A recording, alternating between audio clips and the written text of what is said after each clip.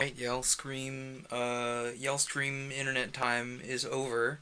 I have yelled and or screamed uh, into the internet, and now we can get started. So we're gonna be playing X Umbra. It came out today. It looks like a good time. It's a dungeon builder, which I have found myself in dire need of because I have very little dungeon making experience. So, one of the primary things that this uses is physical paper cards that, as you can see, I had to print. Disgusting. I'm only joking. I don't think I could, based on what I think this game's gonna do, because it needs physical cards, I do not think they could have done it any other way, other than physical cards. Um, would I have preferred dice tables? Oh, absolutely. It would mean a lot less snipping for me. Snip, snip. It would mean a lot less printing. I would like to ooh, that's an idea. My mom has this really nice laser cutter. I might make really nice wooden tiles instead of cards. That's a concept. Might do that, might not. But for now, we're playing with paper cards, and we gotta cut out all these cards, and that's gonna be the start of this stream. So let me sort out which ones are here. So spikes, books, spikes, books, spikes, books, alchemy, spikes, books, mushroom, spike, books, alchemy, mushroom, spikes, books, alchemy, mushroom, disease. Spike, books, alchemy, mushroom, disease, circle, ring, warning, omen. Okay. I accidentally may have printed more than one set of these cards, and so as such I am required to make sure that we don't have two sets of cards on accident, because that simply won't do. I did not mean to print two of these sets of cards. I would have only printed one if it were my decision, but the printer went haha brr and decided to print two of them. It was very rude. Unfortunately, I seem to have printed two sets of cards, but only one full set of cards, which is even more frustrating. Neat. Love it. The best. Now I'm gonna have to print these two pages again. Oh, disgusting. And the two pieces of paper, I'll just hold them up and you can see. It's gonna drive my brain insane. But oh well. It may not come across on camera, but these are two different shades of white. Look at that. It doesn't come across on camera at all, so it's only going to annoy my brain. Hooray! Anyway, we gotta cut out these cards, so that's gonna be the first part of this stream, and then we're gonna start reading rules and play not X asterisk, X Umbra. What would X asterisk would be go to space, right? Okay, so I know very little Latin, but I'm guessing ex novo means go to new place. Ex umbra means go to the shadows. If you make another game in this vein, consider X asterisk. If it's not already taken, that might be actually why it came up to my brain, is it being already taken. All right, everybody ready for the ASMR portion of the stream where we very carefully cut out cards? I sure am. Yay! Wasted paper. Yeah, pro tip if you're playing this at home, when you're printing these cards, fix the margins so there's not as much margin on either side, because it does waste paper that way. But I assume what this is each of these pages is a deck of 9 cards, 3, 9, yeah, 9 cards, and each of these 9 cards adds a modifier to the dungeon, and This is me assuming without having read the rules, by the way. Each of these 9 cards, each time you draw from a deck of 9, many decks of 9 cards, and they add a modifier to the dungeon, and you add modifiers and places until you feel it is done, in the same way that you add, you start with a layout and then add details until you feel it is done with ex novo. But that's just a guess. Honestly, these could... I won't say these could have been tables without looking at the rules, but with that idea that I just had, you could have used tables. So, let's hope I'm wrong and there's a reason for these cards. All that being said, I do think, based on how good Ex Novo is for world building, I do think that this game is likely to be very good. And I also do think that I'm curious to see how it goes. So, there's also a bunch of blank cards, in case you lose cards or want to make your own cards.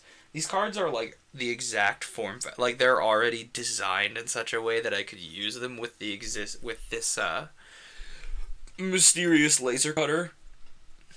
So, if we play a lot of Ex Umbra, we may see fancy schmance tiles rather than cards. That's also actually a potential opportunity if you're ever feeling up to selling a physical version of this game. Martin Nurikar, I think, is their name. Apologies if I'm getting your pronouns wrong, but I don't know them off the top of my head, so you get they. What was I saying? If you want to do this physically, I'm willing to tinker with these cards to make them fit in this scheme that makes them work really nicely for a laser cutter. I don't want to offer someone else's tool as an option, but I am sure that if it seems like a lucrative opportunity, my mom would be interested. So, consider that. Okay. But, on an entirely unrelated note, I had no internet today. Basically all day. I woke up this morning, and I was like, oh golly, I'm a little late for work, better hurry up and get to work. And then I sat down to clock into work, as one does with a remote job, and found that my internet company was laughing at me through the screen. They said, haha, you fool, you thought you were going to have internet? That thing you paid for? No! And then I sat there and waited. Or rather, I basically sat there and waited, and I was like, well, I'm gonna wait for a little bit to see if I get internet, and if I don't, I'm gonna keep working without it. And then I didn't get internet, so I continued working without it. What actually happened was about an hour of me bumbling and trying to fix my own darn internet before I realized, oh yeah, that's not gonna work. And then I called the internet company and was like, hey, what's the problem? And they were like, haha, problem is on our end, sorry. And then I told my boss that I had told my boss what happened and why it looked like I was an hour late. Life is stress sometimes. This year just doesn't quit. Oh, crunch. More crunch. Oh. Okay. The schedule on stream, I've found via today, well, also, like, me starting stream this, the better part of an hour late was in no small part because I didn't have internet for a good portion of my day, but I'm also thinking about just pushing the stream, down to 6 o'clock. I know I said I wanted to do a lengthier stream on Friday, but I also want to have time to eat food and, you know, get whatever else done with my day. Like Animal Crossing, for example. That was kind of nice today, just playing my Animal Crossing. Eventually I will show the stream my island, but I want it to be done, I want it to be in a state of some form of completion before I go doing that. We are going to design a dungeon on stream today. Whether that dungeon will come up in my current campaign, I do not know. I'm going to design it as if it will fit in Karsus, or perhaps the other continents like True Guy. But I'm resisting the urge to call the setting Karsus because, like, it's not just Karsus, it's also True Guy and the other continents. The whole planet will have a name by the time I'm done, but my cat is scratching at the door. Sorry, that was an easy distraction. Sorry, I'm very focused, apparently. Where was I? The entire setting will have a name by the time I'm done with it, but that is a long way off. As I've mentioned, that setting's not done until the campaign I'm running it in is done. And I'm not even sure I can release it commercially because certain influences I have had in making it might be a little too unsubtle, and I don't want to change any names. Although, if changing of names is the only thing keeping me from releasing it commercially, I will happily change some names, but I think I took a few too many touchdowns from a few too many places. Sorry, I need to open the door for a cat. What? Magnus? What? What could you possibly want, huh? He says, well, the door was closed, and I wanted to make sure you were okay, Papa. Yeah, and you're not gonna come say hi to the people, are you? No, you're just gonna cause problems with these sheets of paper, aren't you, baby? Come here, Magnus. The Papa love. You know how to open doors, sir. You could have just opened the door and came in. He's like, no, I'm too polite for that. Ah, well, if he wants out, he can open the door further, and if he wants to come lay down, he can also do that, can't you, bud? Yeah. And I'm gonna step on all your papers, Dad. I'm gonna step on these papers, because they don't look important to me. For he is just a simple cat. He has stolen all the other pets' brain cells, but he still... Hey! Sir, that's not a string. Both of my cats have a bad habit of eating cables. Don't you? Yeah, you do. You have a very bad habit of eating cables, young man. Yeah. Why not play with the little paper scraps? Do you want the little paper scraps? Yeah, go with the paper scraps, baby. This is why I had the door closed, so I would not get thoroughly distracted by my cats. But alas, here I sit. You know what would have made this a lot easier? One of those, like, shunk paper cutters. That would have made this a bunch easier. Like, inordinately easier. Why didn't I think of that? Probably because I don't know anyone who has one of those. Actually, I might be lying. I'm pretty sure in my mom's craft shed, there is one. Oh, y'all, I won't get into it, but I have some capital O opinions about, my mom and her craft shed right now. I won't get into it in case I'm, causing her some severe embarrassment, but I have some opinions. Let it be known, opinions exist. I will keep them to myself because the internet is forever. Or at least as long as YouTube allows me to exist. Please, Papa YouTube, do not copyright strike me. Fun fact, by the way, I got a copyright strike from someone who does not hold the rights to, Magnus Cat. No. You don't get to step on these, bud. They are somewhat important.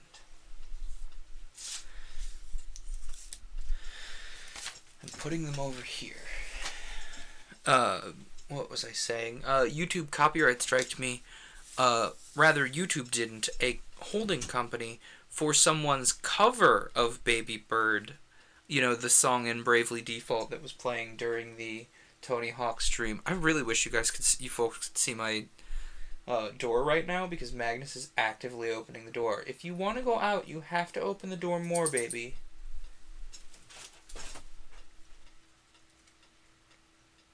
Yeah, you gotta open the door yourself, because you're smart enough to do it. Would it be simpler for me to open the door? Absolutely, but I also kind of want to endorse his habit of opening doors a little bit, because I find it thoroughly hilarious.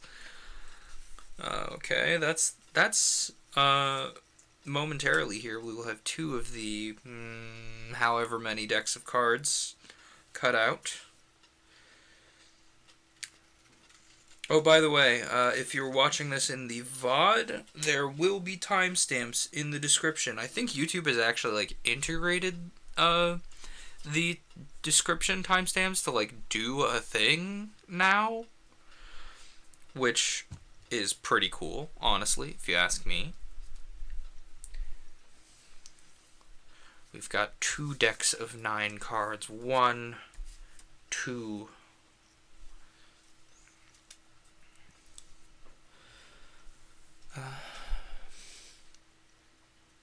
I completely lost my brain. We'll continue chorping cards, I guess. Chorp, chorp.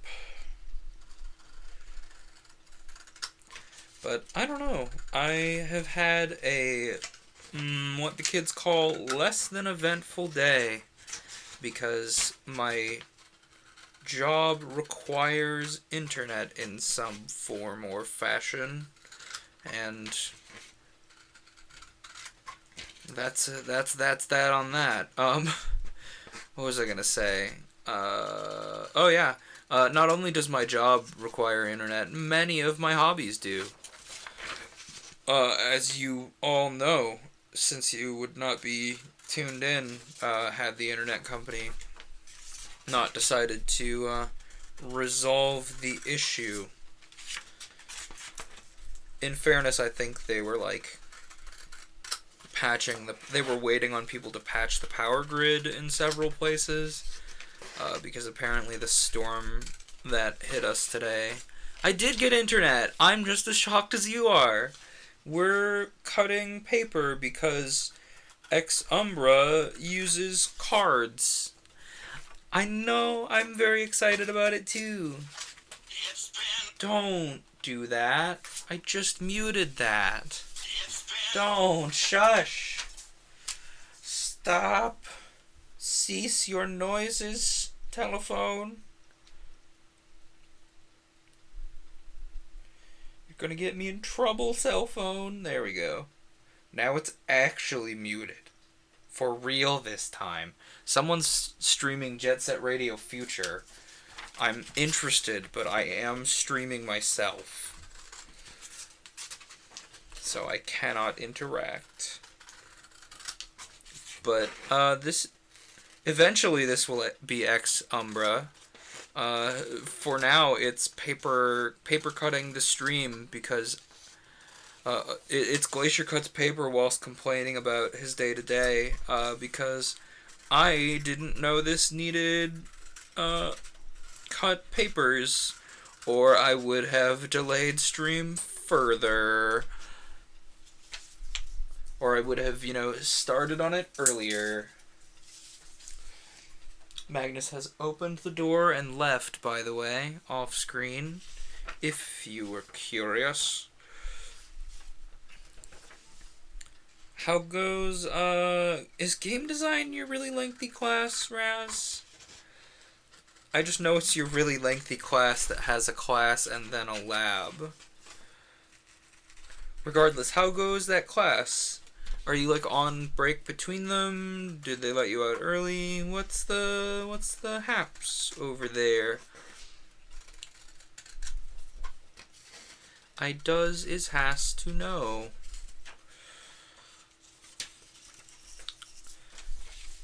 Yeah, I would have done this I would have not included this chunk of the stream, to be honest. Because I recognize that if you're not interested in what I'm talking about, this is not quality entertainment. But then again, that's also true of the entire conceit of my stream, so hi, I'm here. I got an email this morning, which is funny to say because I didn't have internet this morning, but my phone has data, So I was checking my email like, oh, is there something happening in the world? Why I don't have email? What's going on? And in my email there was like a little thing that was like, hey, the people who made Ex Novo, they made another thing called Ex Umbra, and here it is. And I went, I'm interested. Tell me more. And I clicked on the link and it went, hello. I am the website. I speak like this for some reason. And the website was like, hey, hello. I am where Ex Umbra lives. I help you build dungeon. It's very handy. Would you like? And I went, let me waffle about that decision for a little bit. And then I went to work. And then I waffled about my decision for a little while. And then I finally got to the point of, oh yeah, I do want this thing because Ex Novo has been absolutely invaluable in my process of creating my current D&D setting, and I need a way to make dungeons, so we're buying Ex Umbra. It only cost me like $7. So essentially with the long, awful extra lab, it's from 1:30 to 5:20. Essentially it's for folks to check in and get feedback and show that you've been done with your work and stuff. And when you're done, you can just leave. Ooh. So it's not as, like, soul-destroyingly long. It's more of a, like, community work time. Where you're expected to be there if your work is not complete. That makes it much less dangerously long. It can be if you're not... It can be that long if you're not done with your stuff, but if you're done with your stuff, it's just, that's that. I bet it's really nice when you're done with your stuff, and that's that.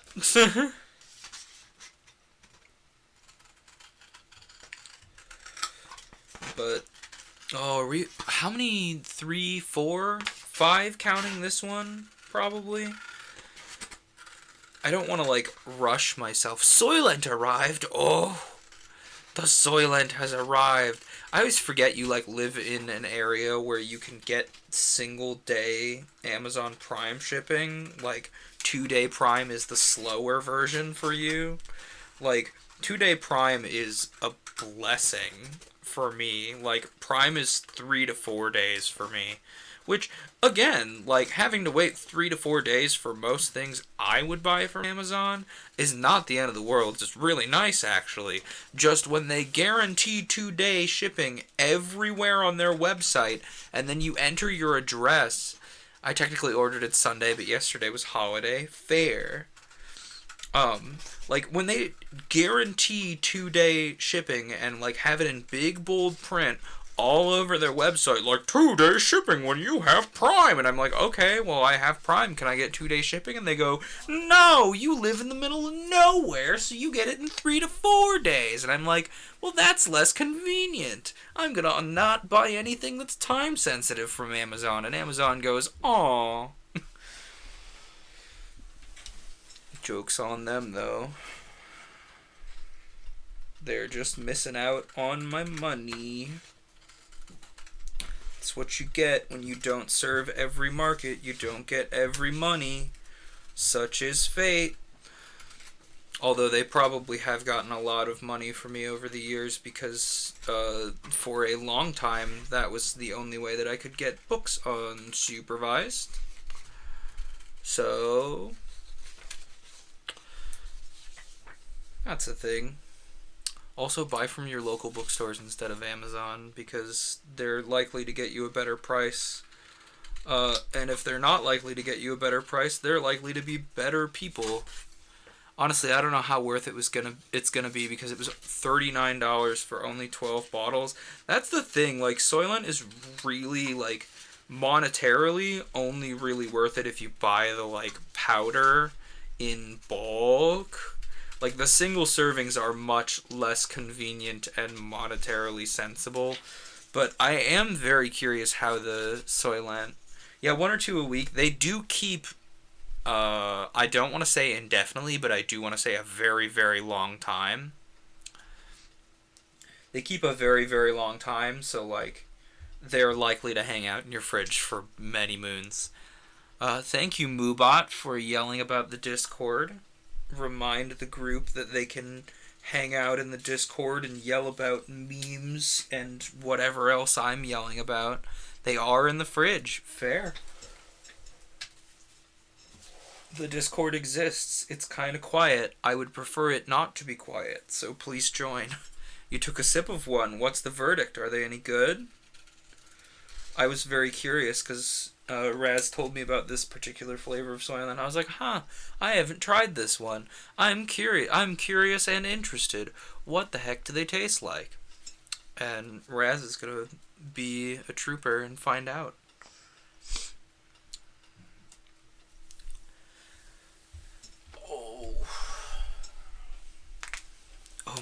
Oh my gosh, my hands.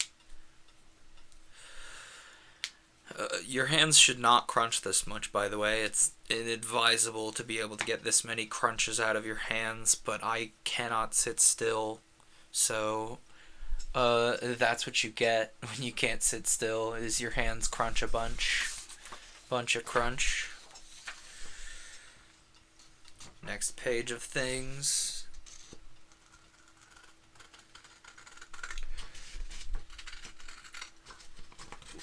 Mostly just tastes like the chocolate one with a little extra something that's meant to be the mint, but I mostly taste the chocolate, but still yummy. That's the thing, is like, the chocolate one, it tastes like very,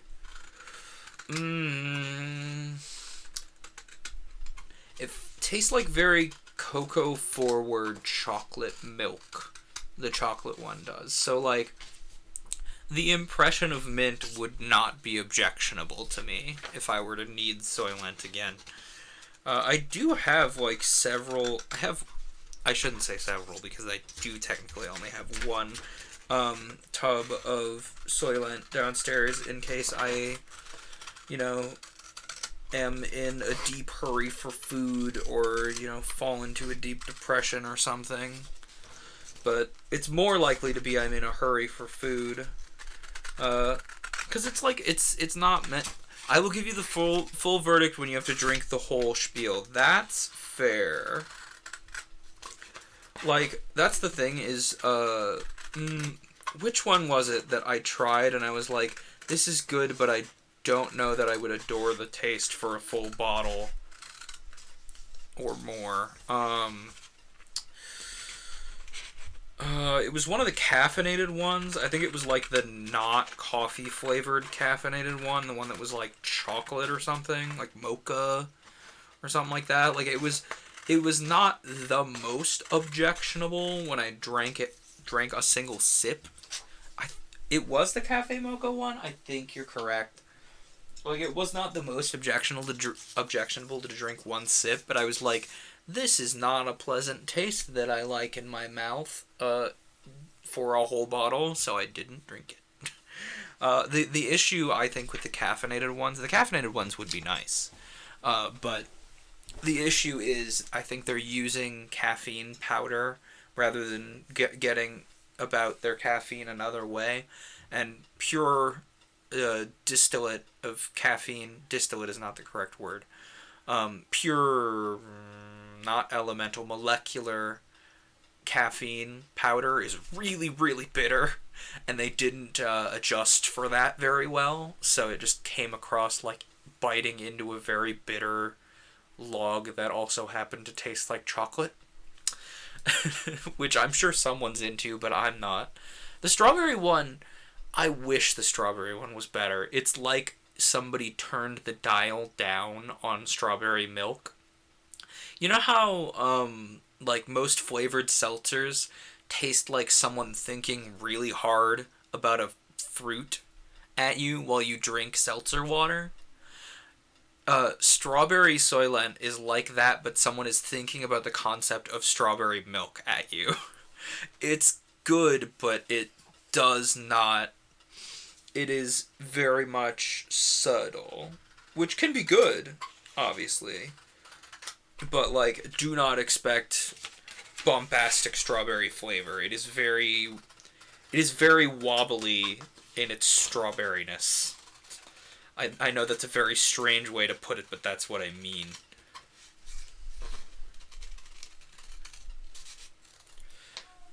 And I hope that my other analogies make more sense. Uh, ah.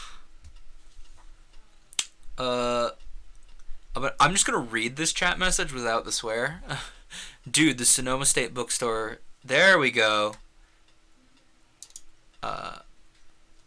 Yeah, dude, the Sonoma State Bookstore sold straight 6 of caffeine to stir into stuff, and it scared me. The 2 months I worked at the bookstore, I didn't see anyone buy any. That's because that's really dangerous. You gotta be desperate to do that.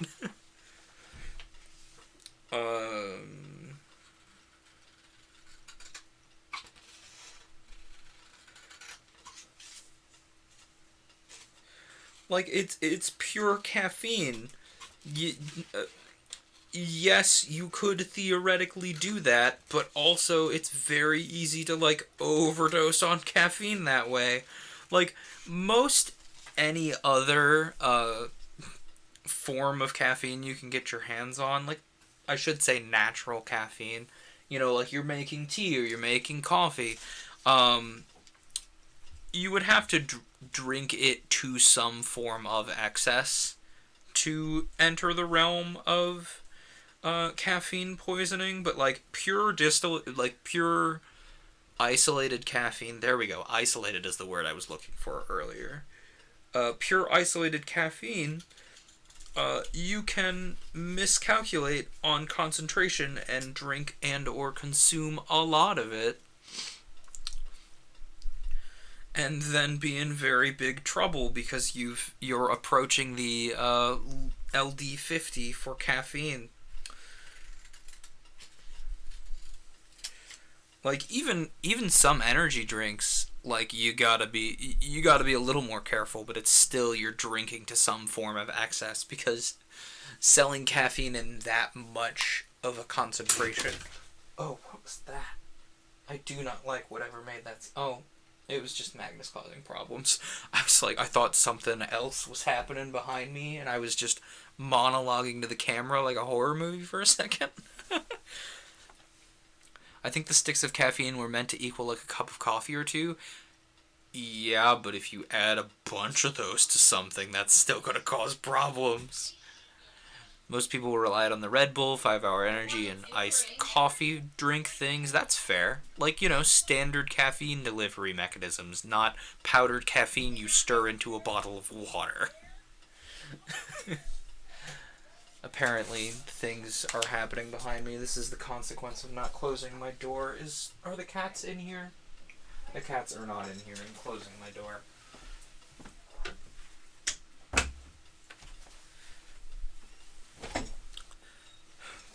There we go. That should clean up the noise a little bit. We're almost done chorping these cards. There's 2, 3 left, maybe? I'm not chopping the blank cards right now on stream. We'll chop those later. But I promise X Umbra is probably going to be much more thrilling than this. If I had known it was gonna... I still cannot believe you went into, like, the Zony Zone after drinking 2 full tumblers of yerba. I've definitely told this story before on camera, but I'm telling it again because it's a good story and I like telling it. It's also probably the closest thing I have had to a drug experience in my life, which tells you something about me. I will preface this story with, do not do this. It is very dangerous to your health. It is the opposite of a good idea. So, college was, as for many people it is, a stressful time for me. And I mismanaged my time in a major way, close to the end of the semester. And I had a project that was supposed to take me 2-3 months, half a semester. Um, and I had 5-10% of it done. And I made so my ethics in computer science final was relatively early in the morning, like 8 o'clock, I think, which is saying something because it was like early enough that it was still early after I had been rolling out of bed to get to that class anyway. And I was like, all right, fine. I set like 12 alarms, so I made sure I woke up on time. Rolled out of bed, made myself a yerba.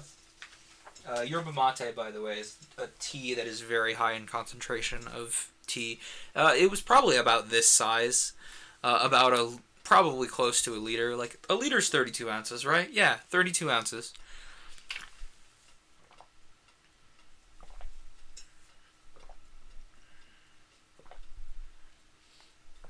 Made myself 32 ounces of yerba, and I was like, alright, this is my caffeine allotment for the day. I'm gonna drink all this while I'm in the process of doing this final, and then I'm gonna use all that energy that caffeine gave me, and I'm gonna do this project because I think that and one more final were my last finals for the semester, and I already knew the stuff I needed to know for that final. So I was like, all right, all I have left is this project and this final that I know I'm going to do good on. So I get to focus on this project, which was due on the day of the final, uh, which was the next day. So I downed this 32 ounces of caffeine during the process of the ethical concerns in computer science class, which for me was a very easy course. But I'm also a very academically minded type of person. I have seriously considered writing some research papers for fun a few times. If I somehow manifest vast sums of time in my life, I may actually do that. But that's beside the point. The point is, I'm good in an academic space, and so that class, being essentially write academic papers about computer science lawsuits, was super good for me. So I blew through that exam. It was super easy. I wound up passing the class with flying colors. I go back to my dorm. Wait, no, I did not go back to my dorm. I immediately after leaving that class went and had breakfast because I hadn't eaten anything for the day. And I was like, dang, I need to eat something. So I eat something, and as many of you may know, caffeine on an empty stomach and then suddenly eating something means you metabolize a lot of caffeine at once. So I was like, oh man, I'm feeling great. Did not, remember that I had had my caffeine for the morning. I go back to my dorm and I'm like, man, I have like a month's worth of work to do. I need to make myself some caffeine. So again, I start this yerba, 32 ounces of yerba, and it was like a couple tablespoons of yerba leaves. And the thing about yerba mate is the longer you steep yerba mate, the more caffeine you get out of it. Granted that also the more it starts to taste like you're chewing on a smoked yerba bush, but if you need caffeine, you need caffeine. So I started it steeping, and then I went and took a shower because I was gurgling, man, because I rolled out of bed to go to this final. I was like, I don't want to be gurgling, man, for the rest of the day. I wouldn't be productive that way. So I did the yerba, and I let it start, and I was like, all right, now I gotta go shower. Hello, we're telling a story from college right now. Where was I? Shower. So I went and showered, and that took, 10, 20 minutes probably. I was in a hurry, so it didn't take very long. I get out of the shower, and I'm like, alright, yerba time.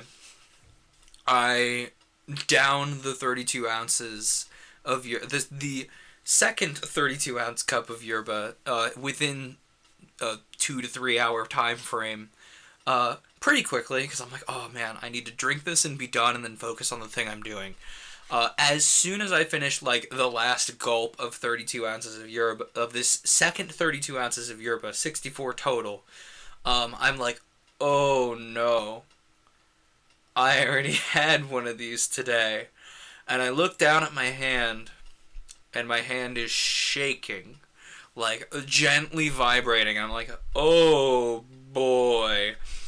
The next thing I remember is hitting the save all button on this project and sitting back like, well, that was a thing. My roommate, I still don't remember that moment of time in my life. My roommate walked in about halfway through, and he told me afterwards. He was like, "I said hi to you, and you were so zoned in. I don't think you even parsed that I came in the room." And like, it was a whole thing. I basically just like my brain vacated my body, and I wrote code. That code was on a link to that code was on my resume for three. A link to that code was on my resume until my current job, and when I got to my current job, I looked at the rest of my code. I still don't remember half of that code exactly. I looked at the rest of my code and I went, all right, okay, now I don't need to put this college project on it. But like, yeah, I was like, I put it on my resume and I hoped and prayed that nobody in the interview would ask me how any of it worked because I don't remember.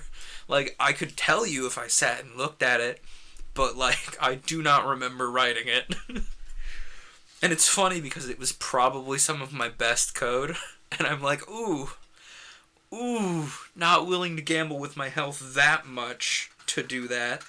Anyway, that's my I did way too much caffeine story. Do not do this, kids. It's very bad for you. Do as I say and not as I do. Moderate yourself with caffeine. Moderate yourself with any sort of thing that will have an impact on your body, actually. You must take care of your body because you only get one, and it's where your brain lives, and that's kind of important. Unfortunately, it's very costly for your brain to take a vacation, as Green Regs put it. But yeah, also try to manage your time a little better so you don't have to do the thing I did. Gonna pop over to an art stream and be back. Okay, well, enjoy art stream. Tell them hello from me if I know them. I will await your return, unless class time sneaks up on you. That's fair. My mom doesn't let me drink coffee despite being 18, so that won't be a problem. Will do, and you don't know them. Okay. But, I mean, I'm not too busted up about not drinking coffee, but, like, the total lack of caffeine, like, I don't want to say it will throw a wrench in my day, but it will certainly make certain things in my day more unpleasant. You know? It's like, caffeine is not required, but it's nice. I prefer tea, if you all didn't know that already. Are we almost done snipping these cards? I'm getting bored of snipping the cards. Pro tip, if you're playing this game, don't try to cut all the cards out on your live stream. Do I have anything else that I want to talk about? The not Bravely Default. I would love to stream Bravely Default, but that means getting a... Are you doing a Karsus dungeon? Because then it might be a bad idea to be here while you do it. Theoretically, this dungeon will be in Karsus somewhere, or in one of the not Karsus continents, but if it comes up in the campaign proper, it's gonna be long enough in the future that probably you're fine to be here. That, or it's going to be during a one-shot, so, like, a little bit of meta knowledge won't kill you. As long as you're a responsible player and don't metagame during the one-shot.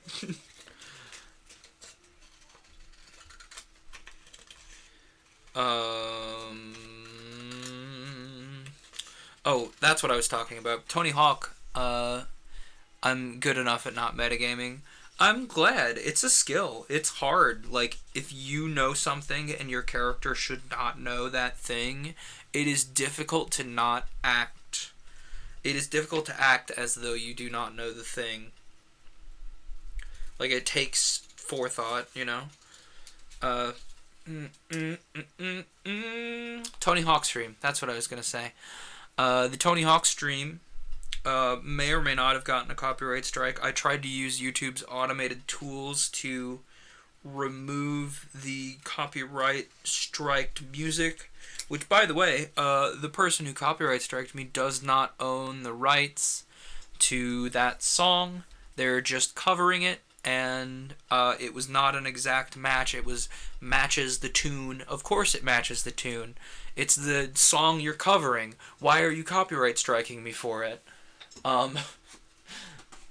was tempted to dispute the claim on that on those grounds, but it would have taken too long, and it was faster to remove the music than it was to dispute the copyright claim. And videos with copyright claims are likely to go less far, and it's one of the few times that I did a game day one, and I want to get my heckin' eyes on screen for it. Thank you.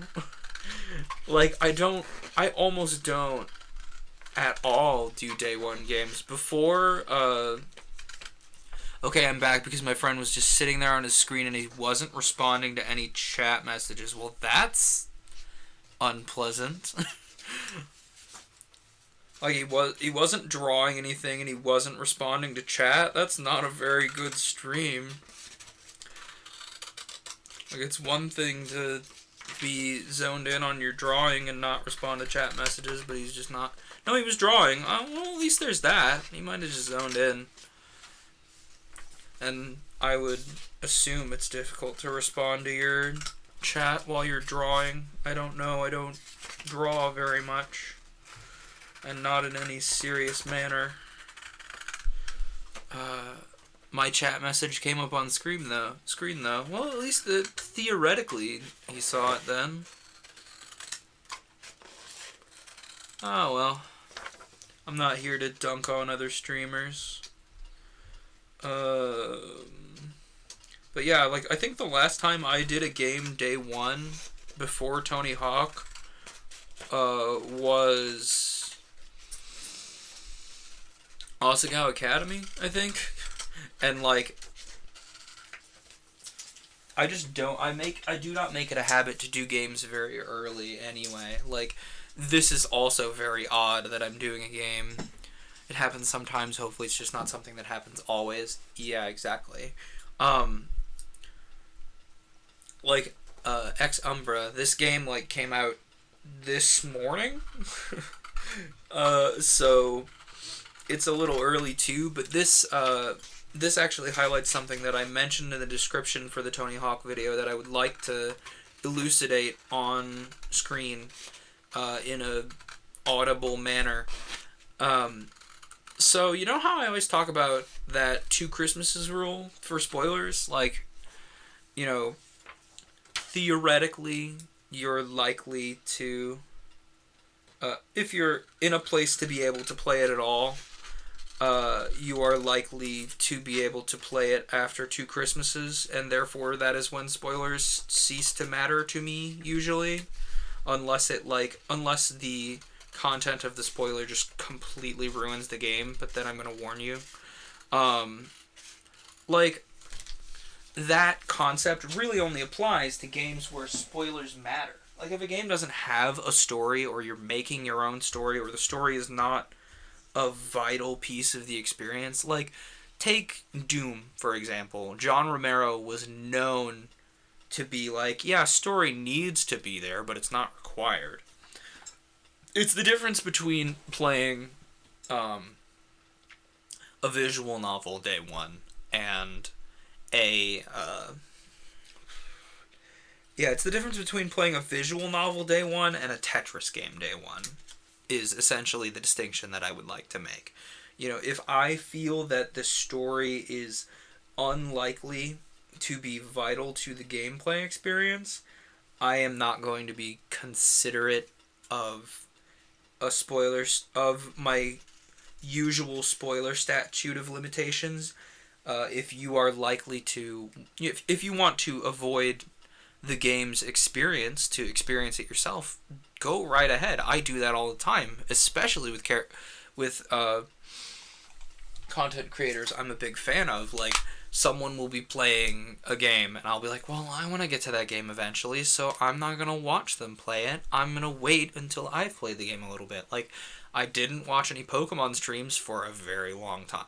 Or rather, Pokemon Sword streams for a very long time, because everybody was streaming Pokemon Sword, and I wanted to experience Pokemon Sword myself. Does the story matter in Pokemon? That's not a debate I want to get into, but I didn't feel like I wanted someone else's Pokemon experience to zonk in on mine.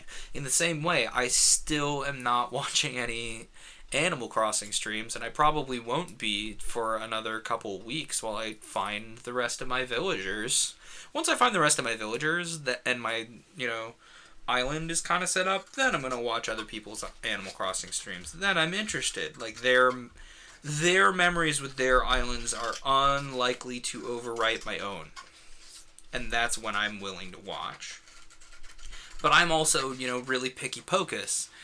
Like, and there's certain games that I do not care if I watch someone else's experience over my own. So, it's a very fluid thing. What it boils down to is I will do my best to continue to be considerate about spoilers when they make sense to be considerate about. I'm personally done with Animal Crossing for now. I'm done what I wanted to do with my island. That's fair. Pretty much everyone started Animal Crossing before I did. Or at least it sure feels like that, because I waited to get to a point in Pokemon where I was like, alright, I don't mind putting Pokemon on the shelf for a little bit and playing Animal Crossing. Because I knew Animal Crossing is very much a game that, slurps up your time, and I'm like, I don't want to feel like I need to decide between playing Pokemon and playing Animal Crossing, so I'm gonna wait to get Animal Crossing until I can enjoy it properly. And I did, and I do enjoy Animal Crossing. I'm enjoying it properly, and it's a good time. I also made the decision to not stream Animal Crossing because Animal Crossing is a very experiential game, so spoilers matter a little bit. And also, if I've mentioned this, if I would have streamed Animal Crossing, I would have felt the need to time skip to get my island set up faster, so I could get content out faster, and I didn't want to do that, because I wanted to experience an Animal Crossing in its set time frame first, as the developer intends. It's the same idea behind the Code Lyoko speedrun. I didn't want to learn the Code Lyoko speedrun until I'd played the game like the developer loosely intends. This is where, if I were editing the stream VOD, I would cut back to all the times I started double jumping with reckless abandon throughout Code Lyoko. Animal Crossing is one of those games that's better experienced on your own time or with your friends' time. I agree. Animal Crossing has a time scale. Most games do not have a required time scale that you're the dev expects you to play in. Animal Crossing does, because it is tied to real time, and it is tied 1-to-1. Days are days. That's it. And it has an expected time scale.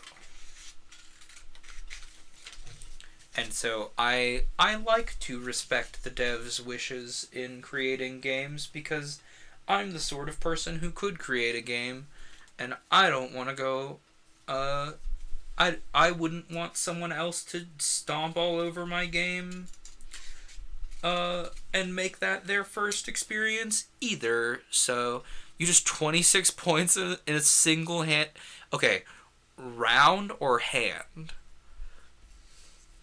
Because 26 points in a hand is nuts. 26 points in a round is still pretty good, but not bonkers, knowing that you play 6-hand rounds. Are we finally done? Have we escaped card chopping? The card chopping zone? You know, that forgotten, deleted Sonic zone, card chopping zone, where they do nothing but shuffle cards. Um, yes. Okay, 6 round matches. Okay. Is it actually like rounds and matches? I was thinking it was hands and rounds. But anyway, 26 points in a single hand. That's a lot of points. Okay, so now that we've chopped up all these cards, good golly, we can finally play X Umbra. I'm gonna tweet about this and be like, we're finally actually starting X Umbra now.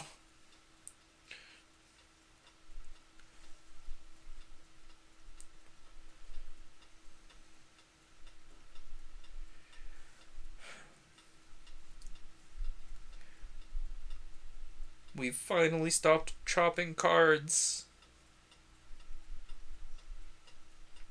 Cutting out cards. And we're getting started. Let's go. Hang on, let me put the... You know, it's funny. I was like, just the other day I was complaining on the, where is the thing I want? There it is. If you get caught, you get hard locked in that zone until you restart the save file. Avoid getting forced into cutting cards. Yeah, like, cut cards. What was I saying? Before cut cards, Twitter. Oh, I was grumbling about posting links on the Paper Cuts Twitter, and then I realized like 5 seconds after I tweeted that I've been tweeting links to the podcast from the Paper Cuts Twitter all over the place, so it wouldn't have mattered anyway. Speaking of Paper Cuts, Paper Cuts' first anniversary, or third anniversary is today. Time is hard. The very first episode of Paper Cuts was live to the radio today at, about an hour ago, I think. So happy third anniversary, Paper Cuts. We're 60 episodes in, and the podcast is very slowly catching up. New episodes Thursday for the podcast, by the way, if you cared about that. Let me just post the podcast command in the chat. One moment, I need to move all the paper cards that we've been chopping for the past hour and a half. You know, I joke, but it's been an hour. Oh my gosh. It's been an hour of card cutting podcast. Okay, that posted the podcast link. If you're watching the recording, papercutsbooks.libsyn.com. Neil, so much card chopping. I agree.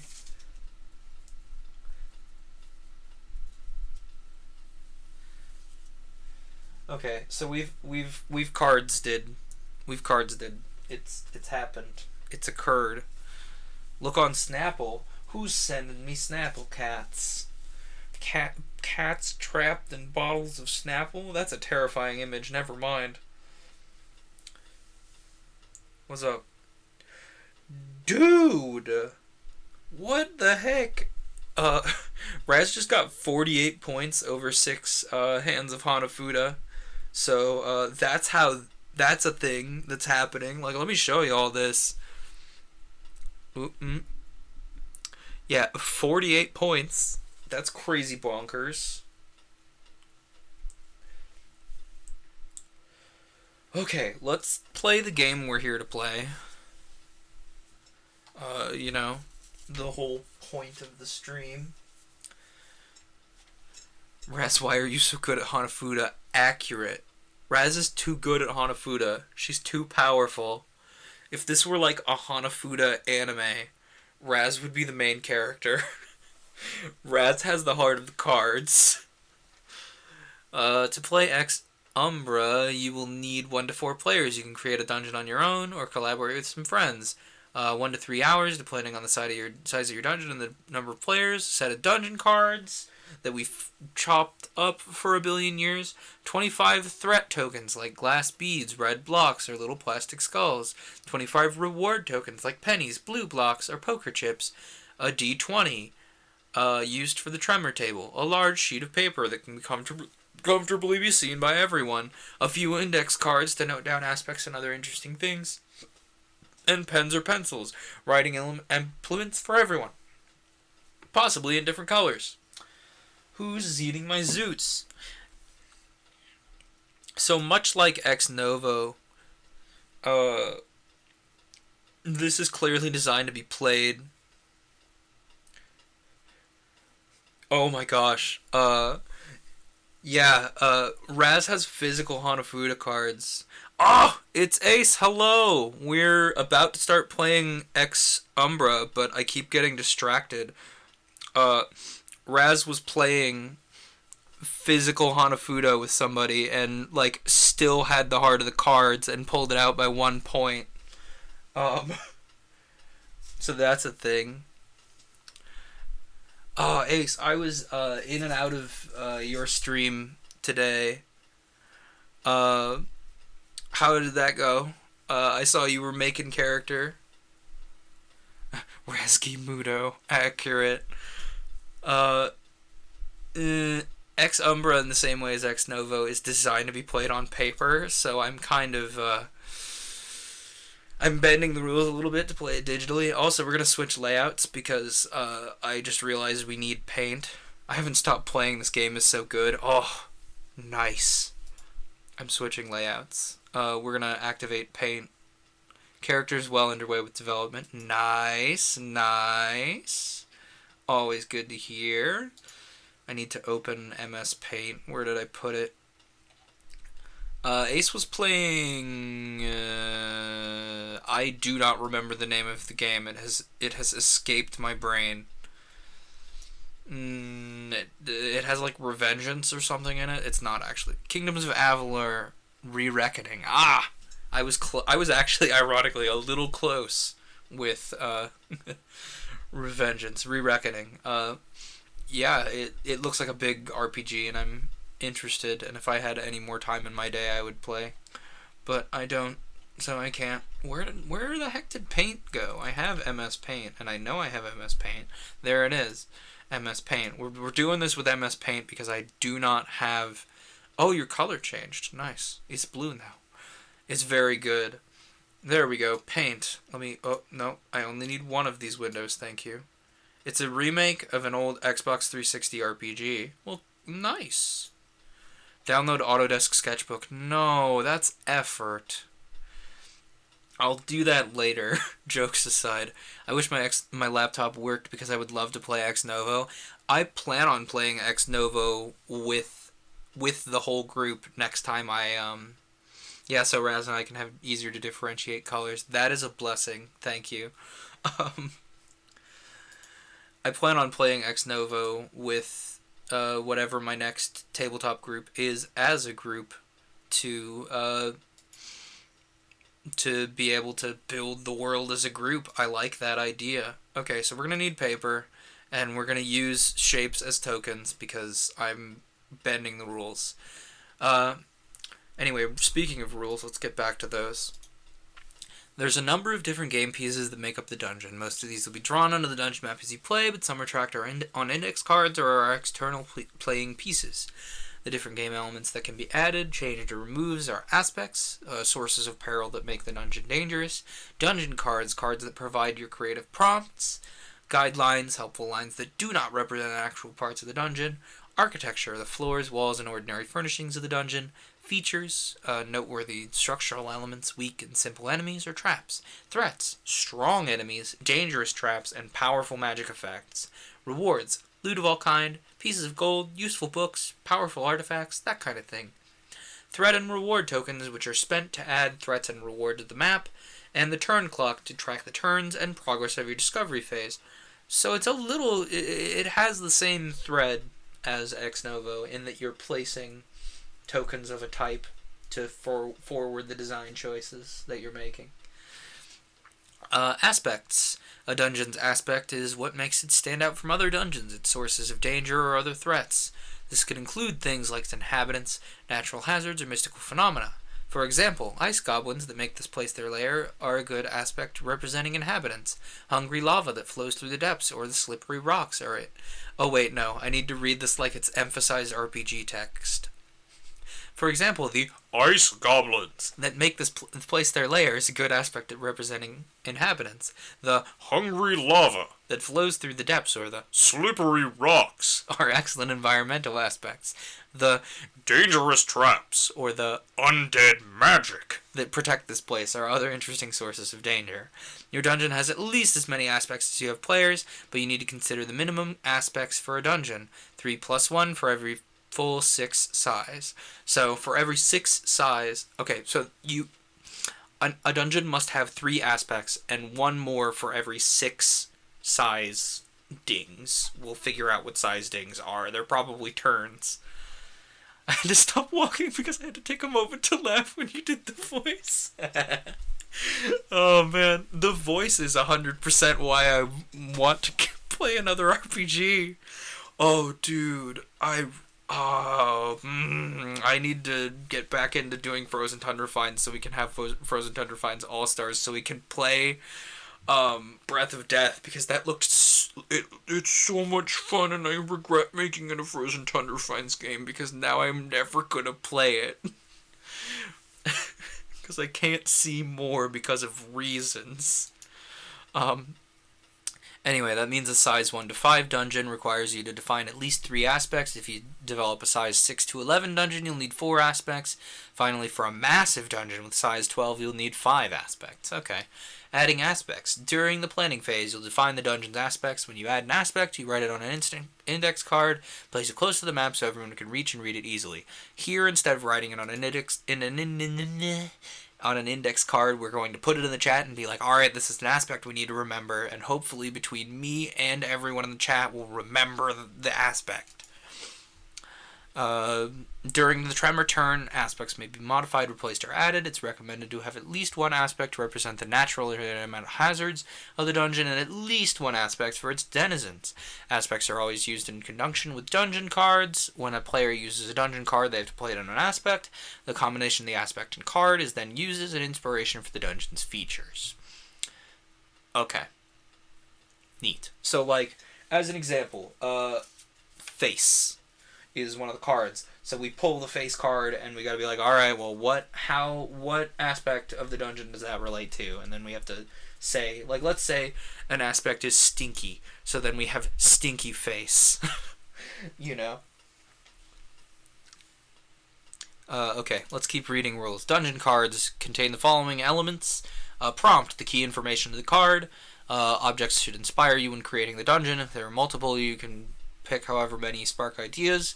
Giant, chains and ropes, or voice and word. Adjectives. In addition to the item, the card also has a few inspirational adjectives on the bottoms. Like ravenous, slothful, gentle, or fragile, treasured, and cruel. Wait, no, I forgot to emphasize some words in the prompt box. Examples would be giant, chains and ropes, or voice and word. Okay. Drawing cards. During the game, you'll be prompted to draw cards, then simply draw that many. You may never have more than 6 cards. If you draw more than 6 cards, you only draw to fill your hand size and never more. So if you draw up to 6 and that's it. When you can play a card, play it on the aspects you designed earlier. Combining the aspect with the prompt of the card is the inspiration. As you explain a combination of the other players, you add a feature to the dungeon, and you discard up to 1 card if you don't want it to come into play.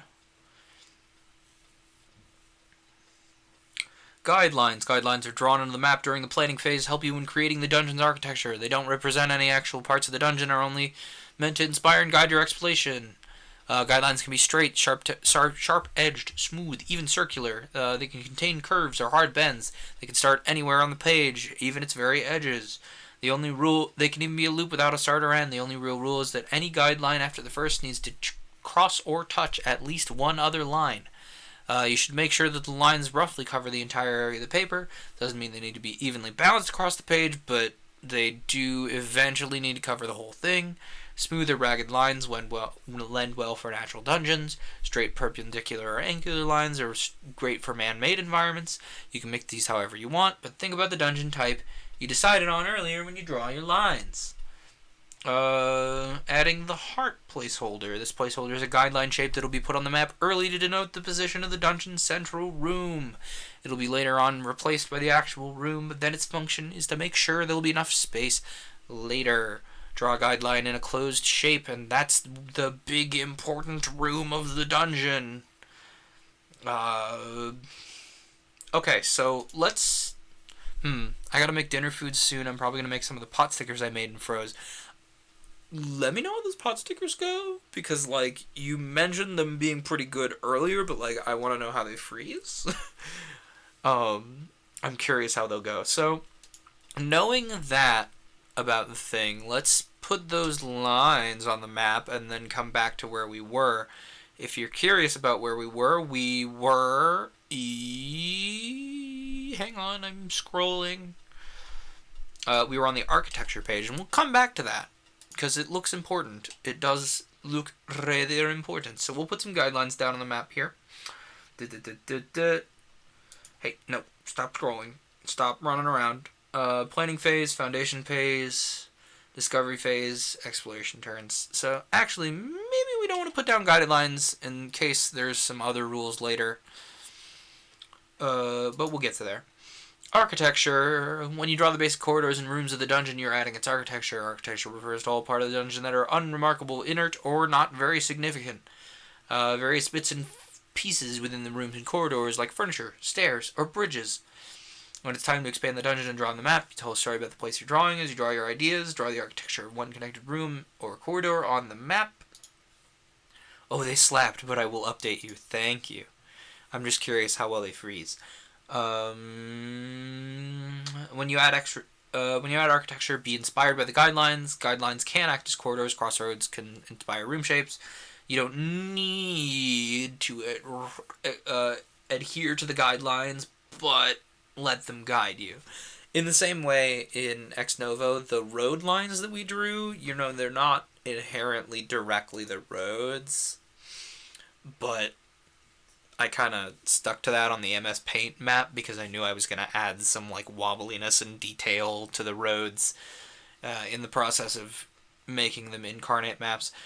Conversely, I'm going to actually just use the guidelines as just guides here because, well, actually I might be able to make dungeon maps in incarnate, but I don't know. I'm not going to cross that bridge until I have to. It's like the rough sketch of the roads, you could say. Yeah. When you draw architecture, you can add it on anywhere on the map. It doesn't need to continue along existing corridors or rooms. You can add connections or existing architecture where none were previously. This might be a good way to add secret pathways, or maybe the previous information in the dungeon was unreliable, but don't draw into the reserved heart space. You may want to move up its boundaries a little bit. Depending on how detailed your drawing gets, the map can grow quite complex with many lines. It's recommended to emphasize the outer walls and of rooms and corridors to make the general shape of the dungeon easy to read. Draw the boundaries with a wider stroke or a darker color is the suggestion. Features are things about the dungeon that stand out. It's not very good at dungeons. That's fair. I'm noting that. I'm hoping this changes the way I approach making dungeons, because right now it's make buildings and then apply story. Features are part of the dungeon that stand out. Things like structural architectural elements, simple traps, or basic enemies. By default, they're not particularly challenging, dangerous, or rewarding, but you can spend tokens to make them very rewarding or very threatening. One of my cats is scratching at the door. It's 7 o'clock. Everybody else is probably pretty quiet. I guess I'll open the door and allow the cat in. What? Young man, I closed the door for 5 minutes and that's too much for you, huh?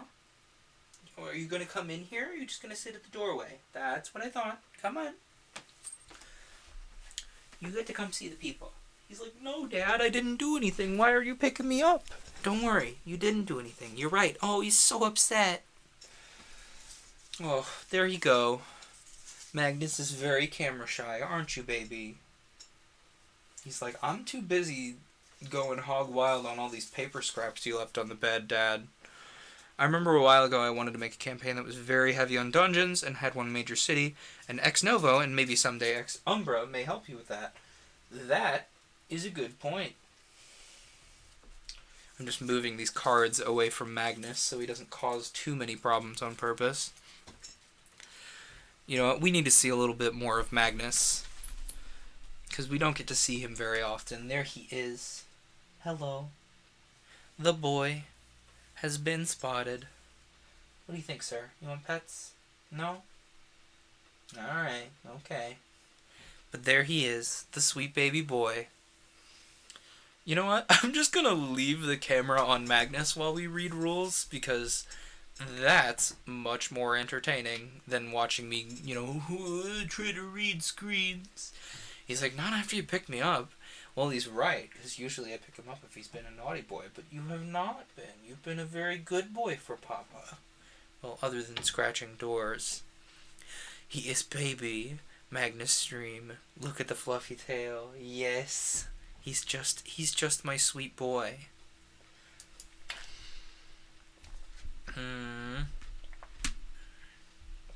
Okay, you add features based on your dungeon card and the dungeon aspects. Draw them clearly on the map.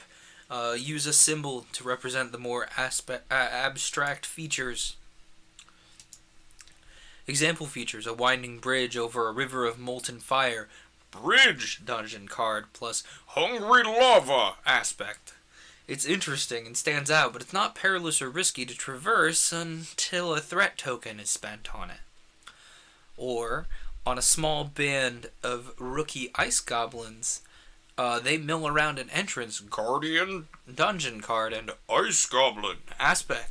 They're easily overcome by the adventurers unless you spend some threat tokens to make them more formidable. Maybe by increasing their numbers, improving their equipment, or making them more experienced. Threats in more detail. What do you think, Magnus Cat? He says, I've got an eye out for threats right now. Look at him like, whoa. He's so interested. He hears someone wandering around downstairs, and he's like, I do not like hearing footsteps, Dad. Hang on, let's see Magnus in larger quality here. Magnus is gonna hang out on stream. We don't need the Code Lyoko layout until we start using MS Paint. So he just gets. Oh yeah, you're gonna clean. You're gonna clean right here in front of everybody, huh? As soon as I blow up the camera, he's like, oh man, yeah, I gotta clean, dude.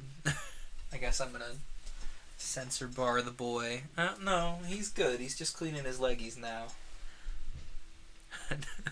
He means well. He says, no, I don't. I'm gonna cause so many problems on purpose, Dad. Where was I? Threats. A threat is a significant source of danger in the dungeon. This could be enemies, traps, environmental hazards, or magical effects.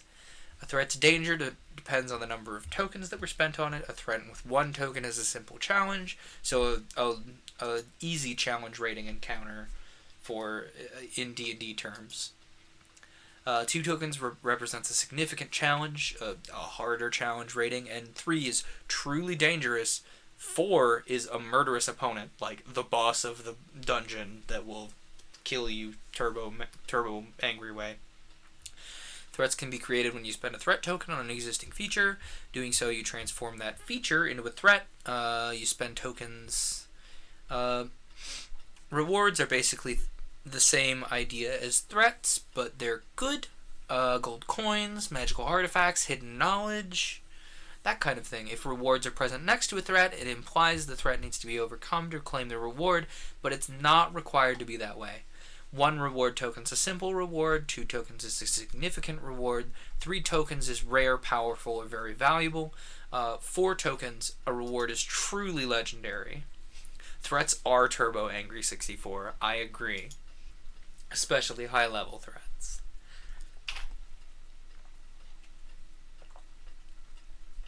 It seems Marty Nurakar decided to elucidate on spending tokens because spending citizen tokens was misread a lot. Threat tokens represent the force and intensity of the dungeon hazards. Reward tokens represent its potential treasure. Beginning of the game, you put a number of tokens from reserves into two pools, the dungeon pool and the heart pool. Tokens in the dungeon pool will be earned and used as you explore and build the dungeon itself. The tokens in the heart pool are reserved for the room in the dungeon's heart. The pinnacle of the dungeon. During play, tokens are spent to add threats and rewards to the dungeon and increase their potency. So in the same way as citizens move into districts, I got a censor bar the boy.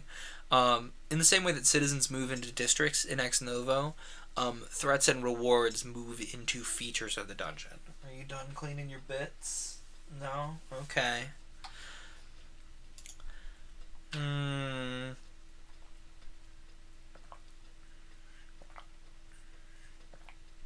During your exploration turn, you may take a threat token from the dungeon's pool. They spelled threat very wrong there. It's still readable as threat, so it doesn't count, though. And you may take up to half as many threat tokens, round down, for reward tokens.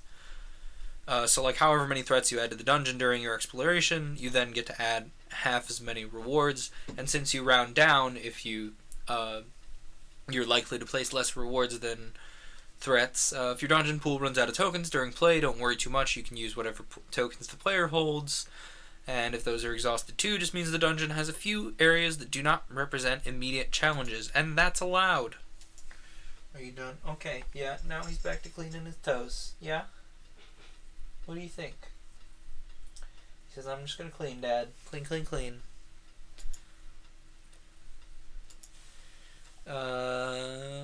Spending tokens. When you spend tokens, you can use any number of tokens on the architecture and features, rewards, and threats.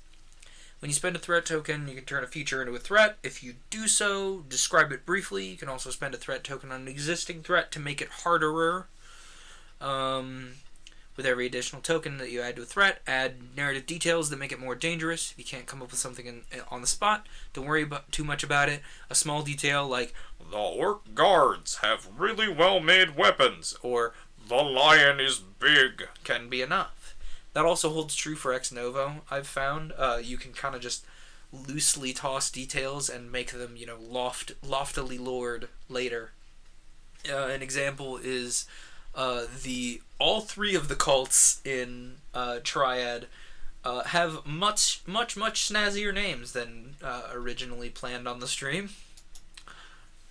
When you spend a reward token, you can either add a new reward to the map or turn an existing feature into a reward. You can even add a reward to an existing threat. In either case, describe the treasure briefly. You can also add reward tokens to existing rewards. If you do so, add another narrative detail to the reward that makes it that much more valuable. As with threats, don't worry too much about the detail. If you're pressed for inspiration, you can always go back and add more. If you add a reward token to a threat, it remains a threat, but also becomes a reward. Maybe the powerful rock golem has veins of gold running through it. That's a good example. Can't wait to learn them. Yes. That's the fun thing, is I have 2 of the 4 players for the Karsus campaign in the chat. Well, yeah, Raz is still here. I was just making sure Raz hadn't headed out, although she might have gone to class. Anyway, regardless, that's another fun thing. Is this is all planning for a real campaign that exists.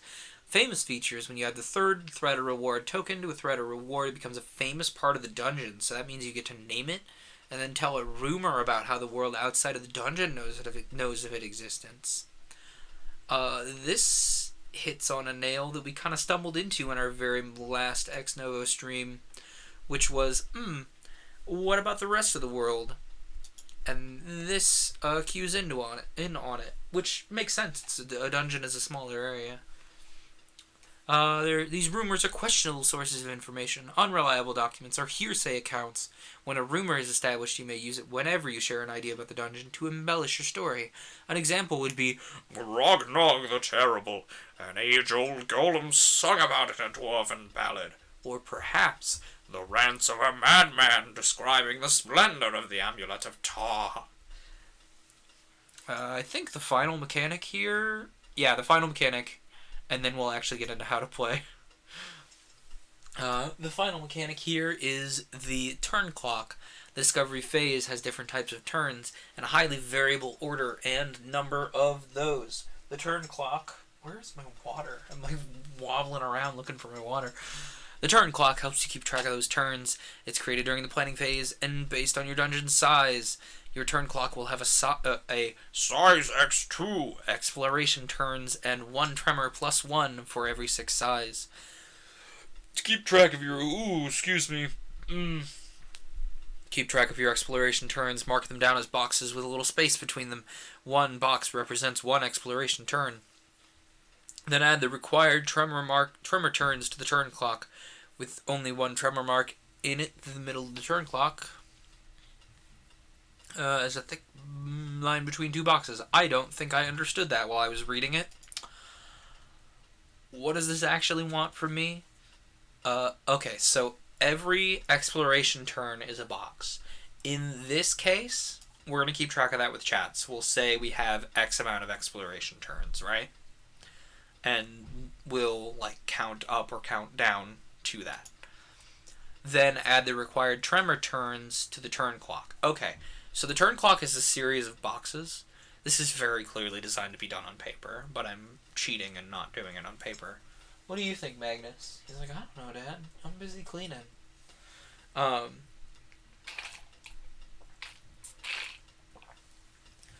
If I'm reading this right, then if you have more than 1 tremor, then place the lines so the distance between them and the start and the end of the clock is roughly equal. Don't worry too much about perfect placement. Okay.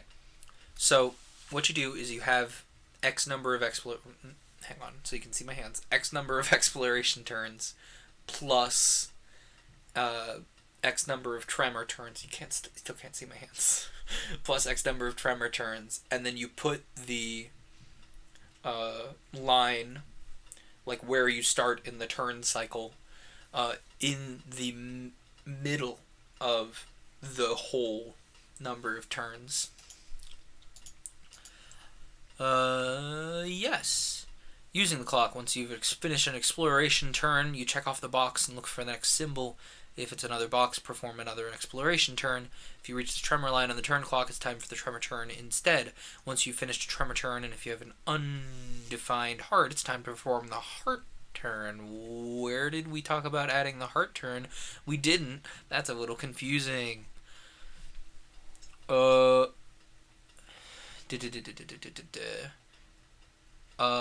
we talk about the heart turn? This did not talk about the heart turn. I'm confused.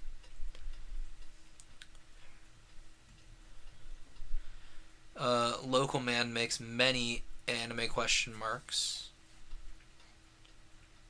I guess, it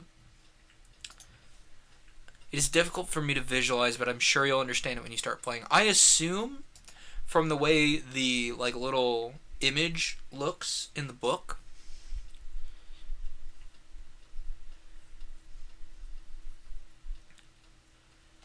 oh, okay, so the tremor line is, so if you have more than 1 tremor line, then is when you place them in the middle. If you just have 1 tremor line, that 1 tremor line gives you that literal amount of tremor turns. I think the heart is when, we've completed the cycle, is when we start defining the heart of the dungeon. Which makes sense. You've built the rest of the dungeon, and then you build the heart. So it's thematically consistent. I might be wrong about that, but that's the assumption we're going to run on until we're told something else. Okay, so now we're actually going to play. There is a list of phases.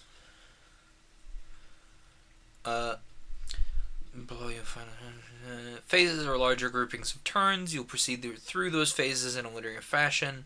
Each phase has different types of turns, some of which are repeated multiple times. So in the same way, we have the discussion phase, and then the opening phase, and then the history phase of Ex Novo. There's phases here too, Turn types. During a turn, you perform the specified actions. There are 2 distinct types of turns. Unless indicated otherwise, all turns are collaborative turns where all players are involved and perform the actions together. Then are solo turns where an active player takes a more central role. After each solo turn, the player to the left of the active player becomes the new active player. To figure out who goes first, simply pick the player that was last underground. Well, that's me, because I'm just me. You all get to, apply advice. Absolutely, you can. No complaints there. Add some fuel to my inspirational fire. But, this is technically the thing I'm designing. Now, could you do this collaboratively? Absolutely. The game is designed to be played. You get to chip in and hope to add cool ideas. Absolutely. And, you all do tend to add really cool ideas, by the way. So, feel free to speak up. Further ideas, yes, and things I am doing. It is allowed, it is encouraged. Just because I'm piloting the ship doesn't mean you can't read the instruments too. Don't mind me, I'm just shuffling the inspiration cards a little bit. I'm easily distracted if you couldn't tell. It's almost time to stop looking at Magnus. Is everybody ready to let him go? Simply pick the first player that was the player that was most recently underground. Maybe they were in a cellar, an underpass, or even a proper cave. They were the active player for the first solo turn. After each solo turn, an active player, we already read that. Some turns have unique actions to perform, but there are a number of repeated actions that reappear in different turns, like drawing different parts of the dungeon. The previous thing we just read really elucidates all of those things. So if we read something in trying to play the game and we get turbo lost, I'm gonna go back and read that again. You can bend and break the rules. It says right here. Umbra is a collaborative storytelling exercise. Its structure and rules are in the service of your shared creative goal. If you want to break the rules as a group, deviate from them, bend or break the rules, do that as much as you want. Maybe you want more threat tokens late in the game. Maybe the tremor you pulled doesn't fit your dungeon, you'd want to roll again. Maybe you want to waive the rule that has you add details to rewards or threats as you add tokens. That's all fine. Change the rules so it work better for you. Alright, we're about to start actually playing, so everybody wave goodbye to Magnus. Hey, bud. You want pets? He's like, no, dude, I'm cleaning.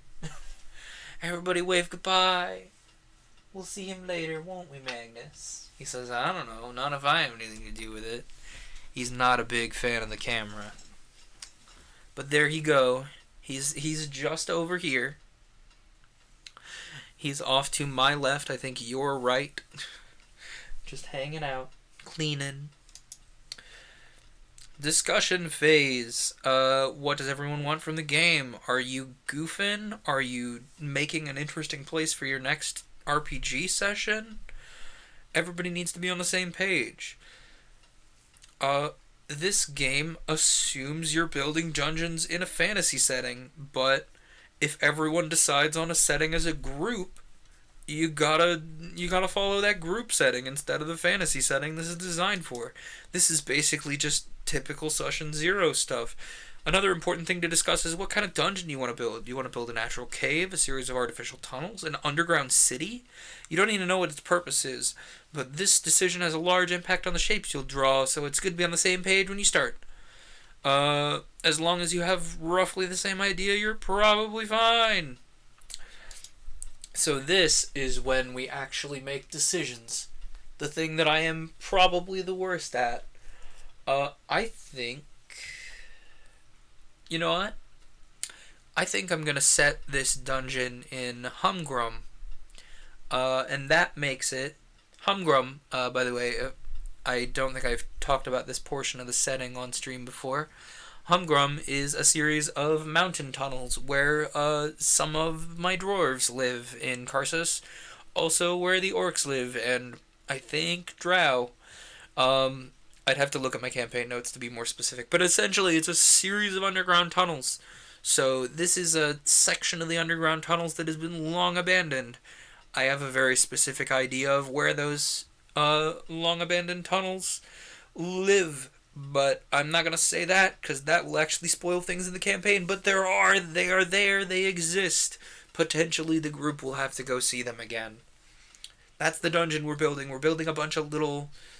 We're building a series of underground caves. Whether those are natural caves or artificial caves, and we'll cross that bridge when we get there. So, planning phase. Dungeon size. How big is the dungeon? At least 2 and no more than 12. To start out, a size between 3 and 5 is recommended, with the size ideally being a multiple of the number of players. Well, any number is a multiple of 1, but I'm going to pick a smaller size. During play, you'll generate a dungeon that has a slightly more than your chosen size in rooms. A size 4 dungeon will have about 4 to 5 rooms. More rooms means more time. 15 minutes for setup, plus another 15 minutes for each size. How much time do we have here? We have 2 hours. That means... brain loading, one moment. That means 8 sizes, the absolute largest we can go. Let's go 6 size to start. I like that. So we're starting with 6 size. This size also determines the number of exploration and tremor turns. You'll play size times 2 exploration turns, and 1 tremor turn plus another tremor turn for every full 6 size. Your first tremor turn will be followed by the heart turn. Create the turn clock accordingly. So to boil it down, pick a size between 2 and 12, a number of exploration turns, which is influenced by your size. It's double the size. The number of tremors, 1 plus 1 for every 6 size. So we have 2 tremors here, I think, because we have 6 size. Then we make our turn clock and add our tremor lines to the turn clock. So E. That's what we get. It's E. We have 12 turns. 12 turns. Every 6 is a tremor. Is it the last tremor or the first tremor that have the heart turn? Your first tremor will be followed by the heart turn. Okay. Every 6 is a tremor. First tremor means heart turn. Oh, thank you, Mubot, for telling the group about the live captions. Those live captions do apply to the recordings, by the way. I'm working on a solution to also have captions for my intro and outro. I have manually written captions for my intro. The outro is just a single caption that would hold on screen the whole time, but getting the intro captions and the outro captions bolted onto the existing captions is not a thing I have found a solution for yet. I might have to write it myself, which sounds like a pain in the neck, but if I do write it myself, rest assured that's going on my GitHub, so you all can have it. Anyway, now that we've gotten thoroughly distracted, let's actually play Umbra. Dungeon difficulties. Discuss how dangerous and rewarding this dungeon should be. Difficulty ranges from 1 to 4. Safe, risky, dangerous, and murderous. Consider 2 the default difficulty and a good starting choice. Difficulty determines the number of threat tokens and reward tokens to use. Set aside size times difficulty. Threat tokens, and half as many, round up, reward tokens. These are the dungeon pools. A set of tokens available for the general development of the dungeon. So, that means I'm going to make this a difficulty 2 dungeon, because I'm feeling like a default Dan today. That gives us...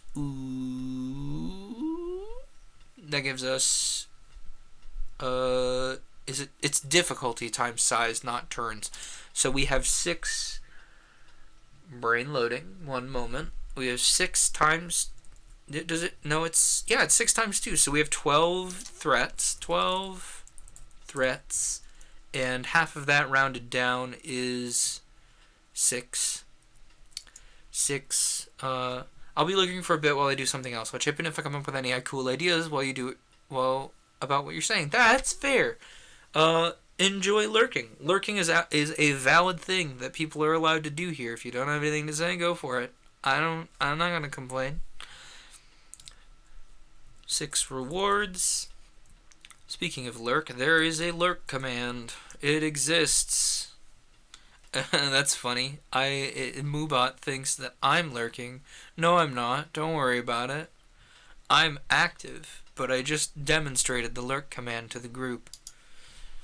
Uh, Dungeon pool. Okay. And then set aside another set of tokens reserved for the heart pool. This is 2 plus difficulty threat tokens and half as many reward tokens. These tokens are used only for the dungeon's heart.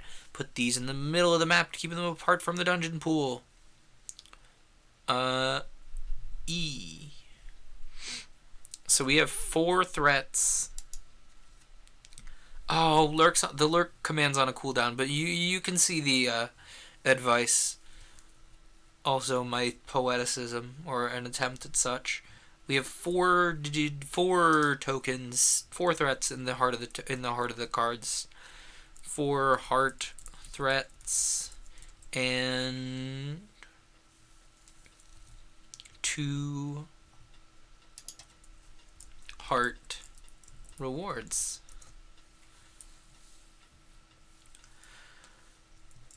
And hopefully, between the chat keeping it and my brain and you all's brains, we'll remember.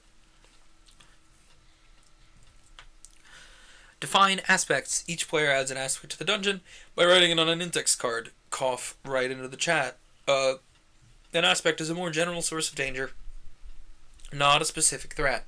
You'll need 3 aspects plus 1 for every full 6 size, so 4 aspects here. It's recommended to add at least 1 aspect representing the environmental dangers, such as slippery rocks, deadly icicles, crumbling brickwork.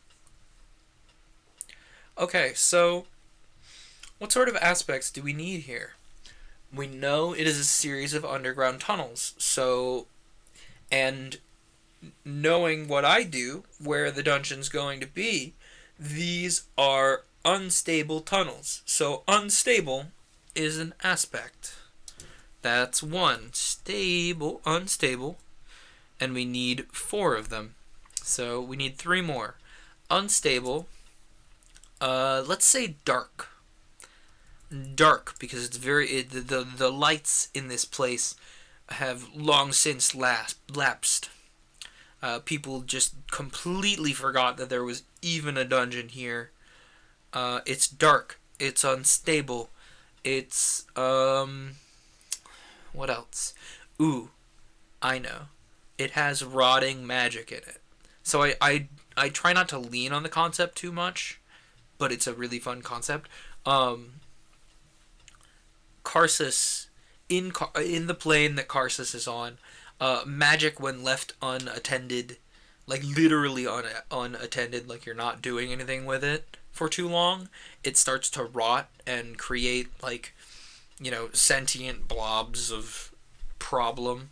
Rotting magic seems prominent among Karsus, so it makes sense. Absolutely it does.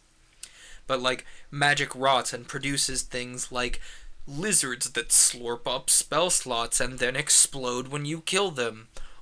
Or living bottles of spell ink that try to eat your spell book, or literal sentient spell books that are hungry for more spells. Overall, it's not a good time if you are keeping a lot of magic and not keeping track of it. Unstable, dark, rotting magic, and 1 more element to this dungeon. I think it's a very wealthy dungeon. I think whoever made this series of caves, they decided to hide a vast cache of gold in it. It's very wealthy. So those are our aspects to play with. And those have to apply to our cards, which we will be drawing for aspects, or not aspects, but items in the dungeon soon. Foundation phase. Draw your guidelines. The active player puts down a guideline onto the map. They're not the actual architecture, but they're what the actual architecture will follow. So now is when we're actually going to start drawing. I lied, we're not going to do that. We are going to text on screen. I'm gonna be right back. Well, you can't read that like that. I'm gonna be right back. I am gonna grab myself some water so I'm not, uh, you know, I don't have too much tension in my throat. You need water to do the thing, and I've already been talking for nearly 2 hours. So I will be back momentarily. I just gotta grab some water. But we will return and start actually drawing the dungeon in mere moments. While I'm getting water, I would heartily suggest that you also grab yourself some water. If you've been sitting for this amount of time, much like me, you should probably give your leggies a stretch. Get up, get the blood pumping, that kind of thing. Maybe eat a snack if you have the hunger. Take care of yourself. I will be back momentarily. See you then.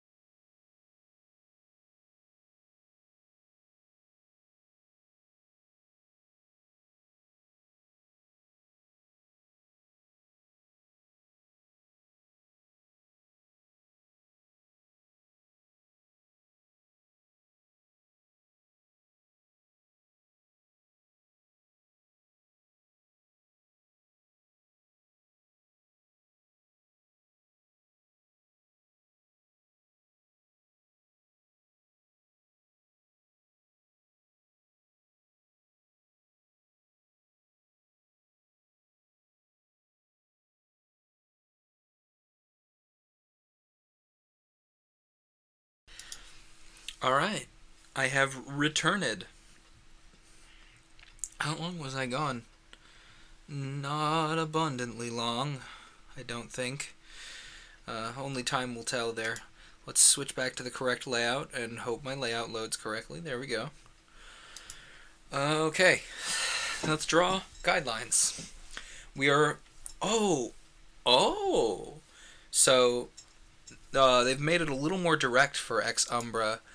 The guidelines that we need to draw 6 lines on the page here, and then we will have our guidelines for where the architecture lives. So, I think I want... let's put the guidelines in like a grayish, so they're not, so important. Let's put a 1, 2, 3, 4, 5, and 6. Are those helpful guidelines? Only time will tell. Actually, they're probably a little close. Let's undo a few of those. Okay, now brain give up. Word hard. Let's give ourselves a little extra room here with the same concepts. 1, 2, 3, 4, 5, and let's add another curve here. Guidelines. Guidelines. If you're playing multiplayer, each player then draws 1 guideline.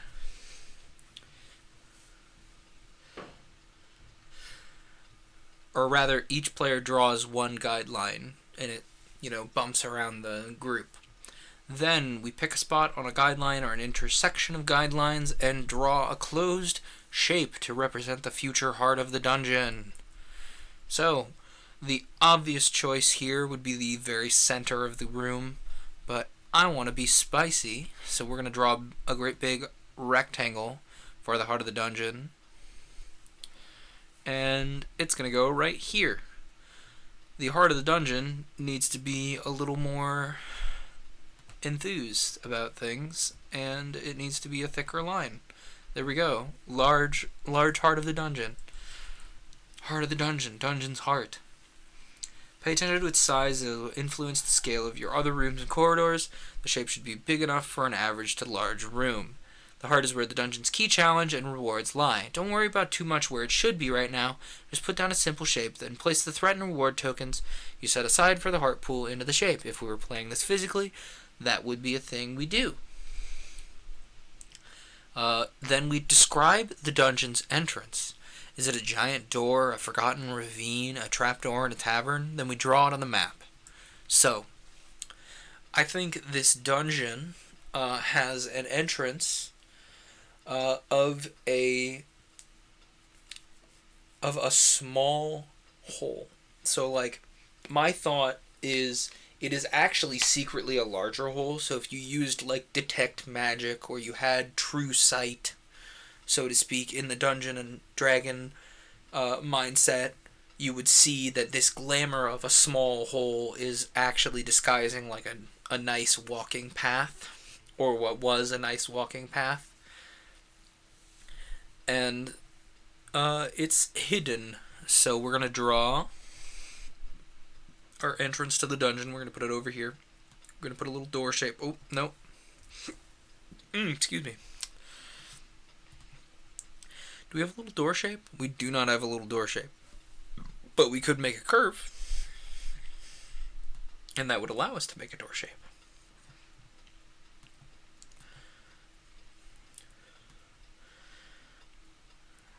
So there's a little door shape, and we're going to put a little circle in the door shape to kind of represent that little hole. Okay. Yeah, obviously, as you can see, this MS Paint map is going to need some improvement as we go here. But that's no issue. Before the discovery phase can really begin, each player is dealt the starting hand of 2 dungeon cards. So we draw 2 dungeon cards.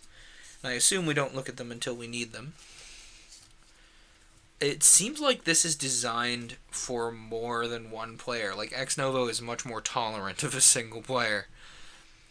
Discovery phase. In this phase, you'll share rumors and stories about the dungeons as you draw its architecture. You'll play dungeon cards, earn threat and reward tokens, and spend them to create threats and rewards. Exploration turn. A single player. This is where most of the dungeon is created.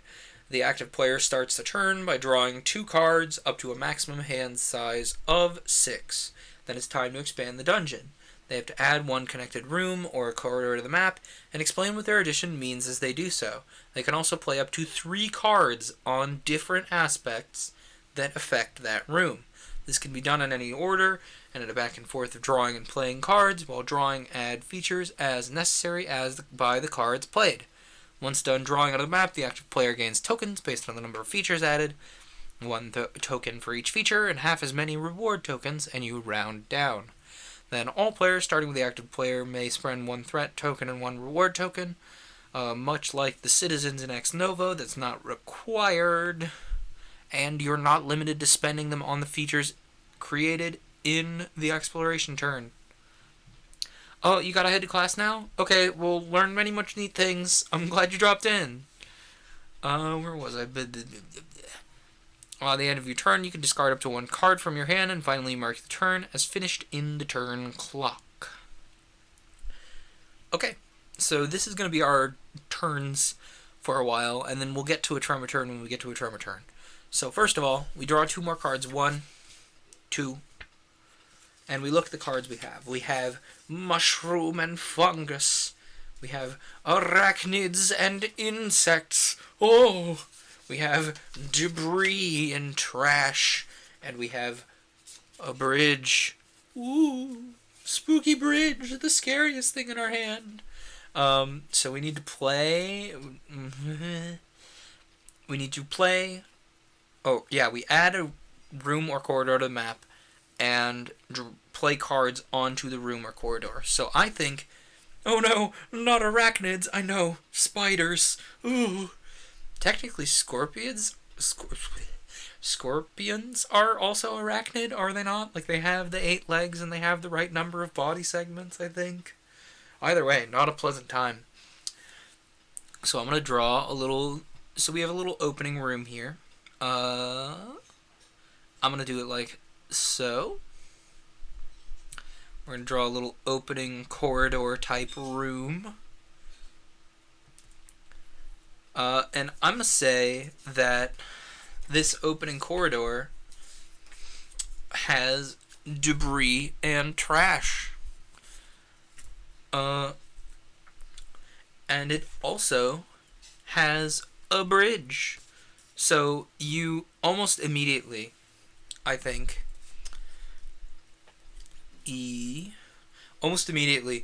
enter this corridor and it immediately slopes upward into a bridge over like a pit, a subterranean river. You can't tell, it's too far down there. It could be both, it could be nothing, but whatever is happening, there is this bridge, and it is coated in rock debris. Like, somebody was trying to get in here at some point, and they were bang, bang, bang, bang on like the walls or the door or something, and there are boulders like sunk into this bridge. Chunks of the bridge are missing. It's a very unstable bridge, and it's covered in like boulders. There's like under one of the boulders there's like a little skeletal hand. Like, no, it's not a safe bridge. It's not a good time. So that's that. So we need to draw some holes in this bridge in like a dark stone color. I'm gonna use the circle tool. Draw some holes slash boulders in this. Oh, no, wait, no, wait, no, wait, no. There we go. MS Paint was fighting me. It was like, no, you don't need to draw any boulders. What are you talking about? But we're going to draw like boulders slash holes in this bridge. It's a very rickety bridge. It's not very safe at all.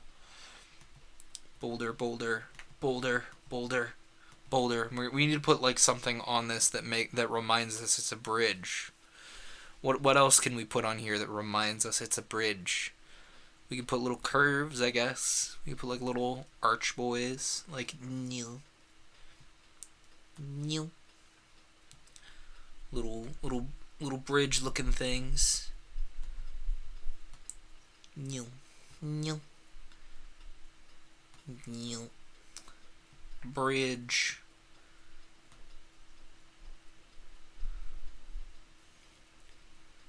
Doot, doot. The pinnacle of art.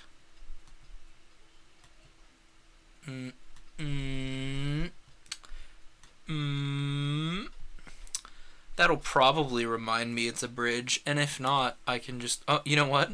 Also, just for my own sake, for future me...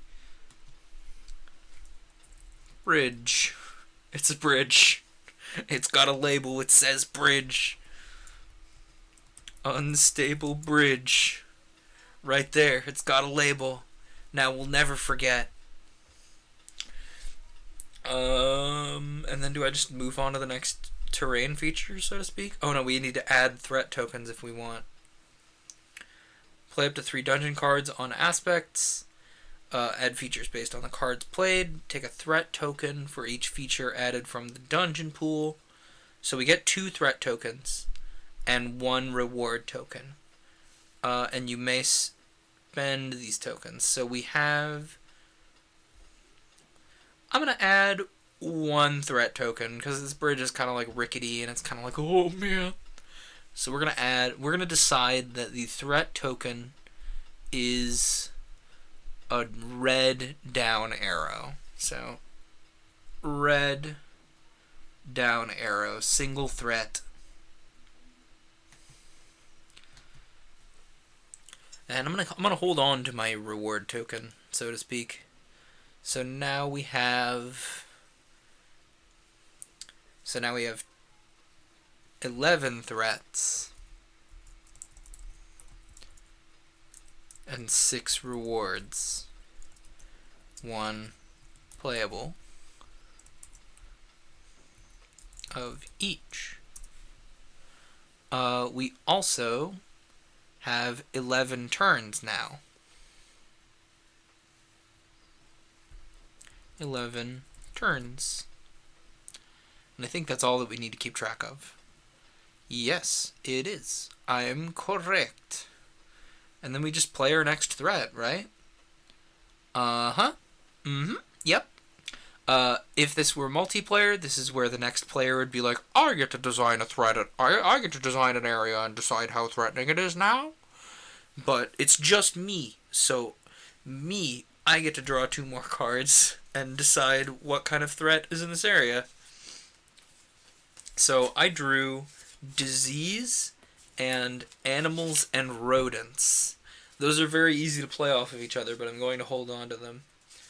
Our next area, I think, is going to be, like, you go over a bridge, and then, you find that the bridge leads into a larger central area, or what seems to be a central area, I should say. And it has, funguses. But these are not ordinary funguses, no. These funguses are, think a predator of the emotional mushrooms from the Violet Timberlands. So let me explain. The Violet Timberlands is essentially like the Feywild has leaked into the standard plane on Karsus. And in the Violet Timberlands, things are weird. There is a mushroom called the Emo Shroom that has a hive mind emotion. So, like, if you're nice to the mushrooms, they'll glow happy colors at you, and if you're mean to the mushrooms, they'll glow angry slash sad colors at you. It's true. Green Rex did name the emo shrooms. These are like emo shrooms predator. Just don't touch them. Yeah, they make you sneeze and make like poison saves and stuff. They're not good for you. Um, but these are like, yeah, they spore you. They out a little cloud of spores. These are like the predator to those emo shrooms. These mushrooms are something clever about a rogue or sneaking. They're dark mushrooms. They draw in light. For now, let's call them light sponge mushrooms. I'm probably going to change that. But you enter into a large room where you find dark mushrooms. So we're going to draw a larger room like this. So from there we go, whoa, big room, a big old opening of the room. If goth shrooms was easier to say, I would suggest that. That's... Oh, don't tempt me. Goth shrooms is very tempting. Oh.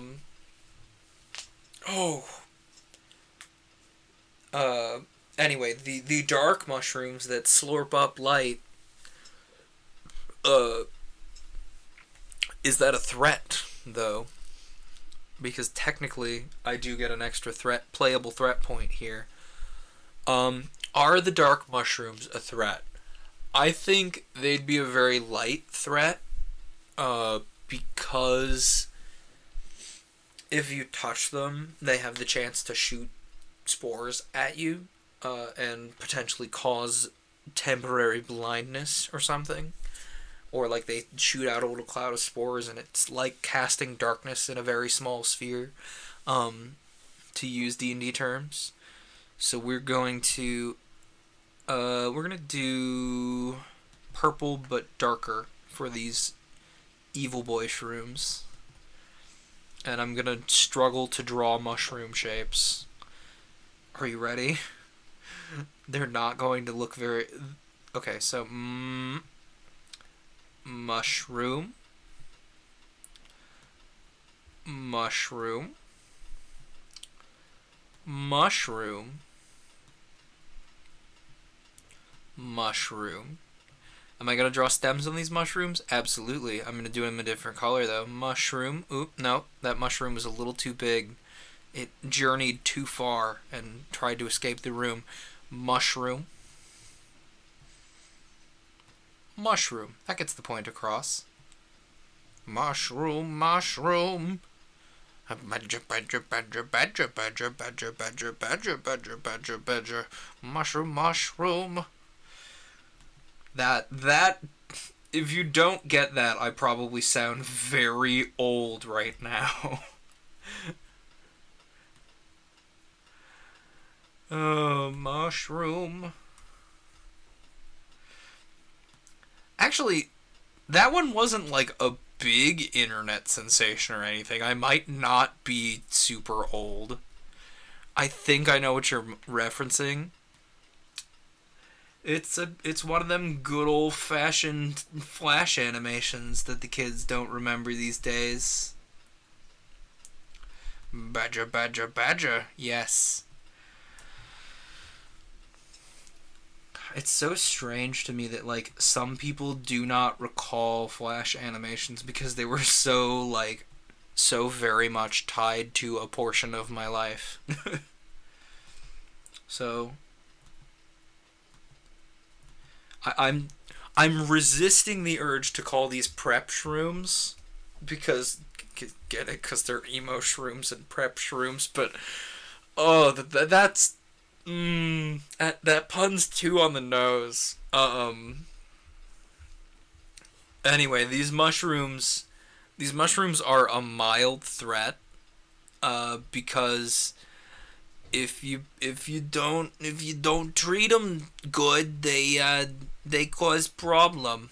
But there's also a potential mild reward here. You could, with a good, we're gonna make the reward this color, and it's gonna be an up arrow. There's a potential mild reward here because you could, with a good, I don't want to say animal handling, but like with a good survival check, you could harvest these mushrooms to distill into a potion of invisibility. Yeah, I like that. I like that a lot. Uh, what? Okay, dark mushrooms. That's the label here. Dark mushrooms. Dark mushrooms. Okay, that gives us... Hang on, do we have like a billion more turns? Okay, we have 11 turns, so I need to like... Yeah, that's fine. Okay. So we have... We still have a playable threat, but we do not have a playable reward. So we have 10 threats, 1 playable, and 5 rewards, and 10 turns. Okay. Next room. Yeah, next room, because we added a reward and a threat.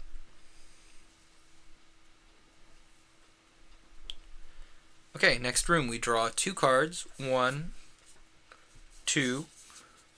We got poison and voice and word.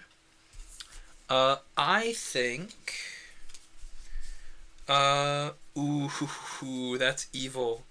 I like that. I think voice and word and arachnids are what at play here. I think that due to the presence of rotting magic, which these mushrooms actually the mushrooms in the previous room actually sprang up as a form of decay for the rotting mushrooms, but as the magic rotted, rotting magic is like decaying radioactive material. It puts out weave energy, and it causes things to tangle and become strange. So the spiders in this area, they can speak. Where did I put the aspects of this dungeon? This is rotting magic. So these are rotting magic spiders that can speak.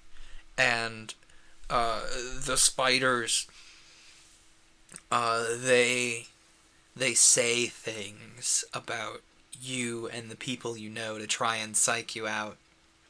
So like, I don't want to spoil anything about anybody's characters, but I'll spoil a thing about an NPC.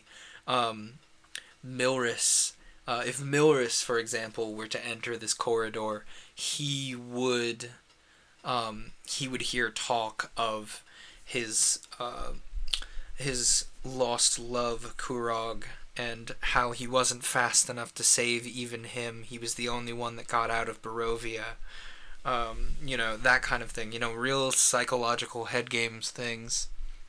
I think we'll probably bump into this place, so I don't want to spoil myself, so might have to bail for fear that my mind will remember. That's entirely fair, and I do not mind.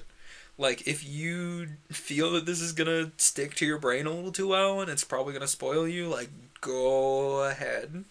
I would rather you not feel spoiled for the campaign. I will do my best to have tons of fun. So these are the Spiders of Great Torment. We're going to call them that, actually. And we're going to draw a little area. Like this. It's going to go... It's a very short corridor, but it's covered in spider webs. Which, if you know me, That's kind of terrifying. Sorry, I'm sectioning off these rooms, but obviously they have paths to one another. We need a spider web color. Let's start with a yellow and see if we can kind of get across that gross grayish, like slightly hued gray that is a spider web, like a massive spider web, I mean. That's kind of spider webby. Okay. And then we're going to add a bunch of lines. Add a bunch of lines, spider web. Ooh, that's way too thin. You can't see that on screen. Or I can't see that on screen, I should say. Spider web. Nope. Nope. Spider web. Spider web. Spider web. Ooh, spider web. Spider web. Spider web. Oh, spider web. Spider web. Oh, spider web. I'm making myself laugh. This is not a thing that I should laugh about. It's terrifying. Spider web. I think this needs. There were 2 cards that we played, so we would have 3 playable threats here. I think these spider webs are real, like they're psychological horror spider webs. So like, I don't want to say it's a 3 because like 4 is murder and 3 is like probably kill you, but this is definitely 2 threats. It's real dangerous in here.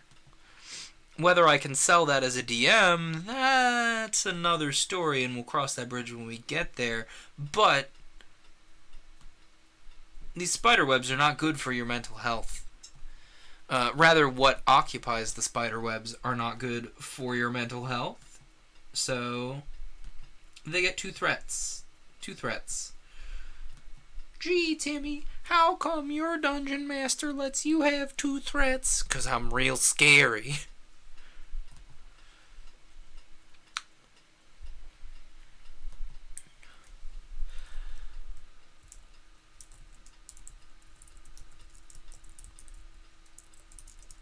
Psychological torment spiders.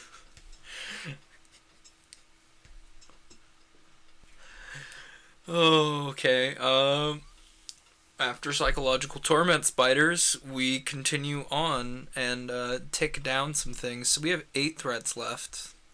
8 threats. 5 rewards. And we have 1 of each playable. 1 of each playable. And we have 9 turns left. I think I need to like pump the brakes on dangerous on making threats. Like there need to be some areas in this dungeon that do not have threats, so that there are still threats left over. So this next area we're not gonna have be threatening. Do we still have to play cards if we're not making it threatening? Is that a thing? Play up to 3 dungeon cards. So we can just not play any, or we can have the feature not be a dangerous feature. Okay. Yeah, I like that. Okay, so we draw 2 cards, and we got Steam and Fog and Hive. So we can continue to play on this insect theme with the Hive. Poison, disease. I got a dip. Have a good stream. Oh heck. Well, I'm glad you tuned in, Ace. It was good seeing you.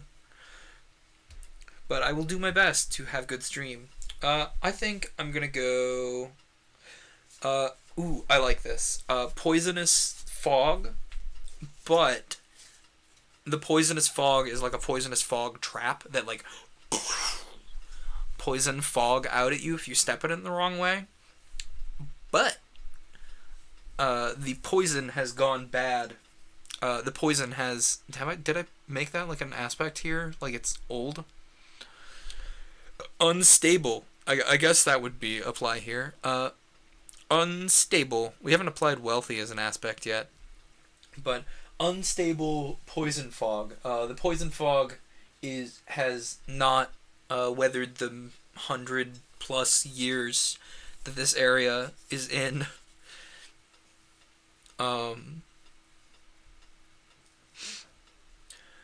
It has not weathered this area well. And this was the first, like, intended trap in the dungeon. So we're going to have, like, a little... Ooh, not a red line there, but... Have a little droot corridor. Droot corridor. And there's a little poisonous gas cloud in here. So we're going to put a little... We're going to put a little cloud shape in here. A little doot gas cloud. But... it also has a red X on top of it because it's expired poison that doesn't work because they didn't pay for the good poison. Why would anybody pay for the... No, I didn't want the... Oh, fiddlesticks. Now there we go. Let's put the gas bubble back on the thing. Dude. And then switch to red and put lines over it. So the poison gas will make for a good jump scare, but it does not actually cause any problems on purpose. Because it is unstable. Unstable poison does not work very well. It's going to be a really low DC, speaking in Dungeons & Dragons terms. So now we have 8 threats, 3 playable, and 5 rewards, 1 playable. And we got 8 turns. So this poison trap was to keep people from the thing at the end of the dungeon, the thing in the heart of the dungeon. But what? But the poison gas has lost its potency, lost its edge over the course of the many years that this has lain here. Wait, no, we have 2 playable rewards because we got 2 more playable threats. Okay, well, note that, I guess.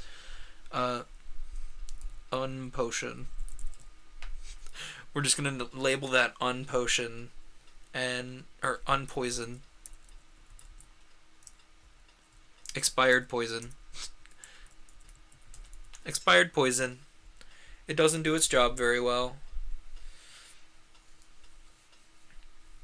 And then we just do another turn. We're coming up on a Trammer turn, which does a thing. I don't know what that does, but it sure does. I kind of want to have a branching path. This dungeon's been very linear. So let's branching path for our next area. Yeah, we can apply threats after the fact. So, like, I think what I'm going to do is hang on to all my threats until they're all playable from now on, and then just decide where the threats live. So we're going to draw a little branching path area here. So we're going to go like this. Oh, no. Yeah, we'll say red for one path and blue for the other. Red for one path here. And blue for one path. Oh, hi. I would like to draw. Thank you. Blue for another path here. What's in the red and blue paths? That's a good question. Let's draw 2 cards and find out. I see machinery and emotions,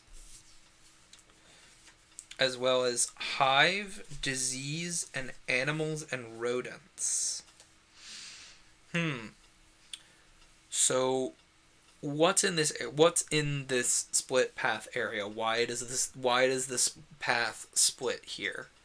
I think the path splits here because the blue path could lead to the heart of the dungeon. But it doesn't look to lead to the heart of the dungeon. So let's say machinery.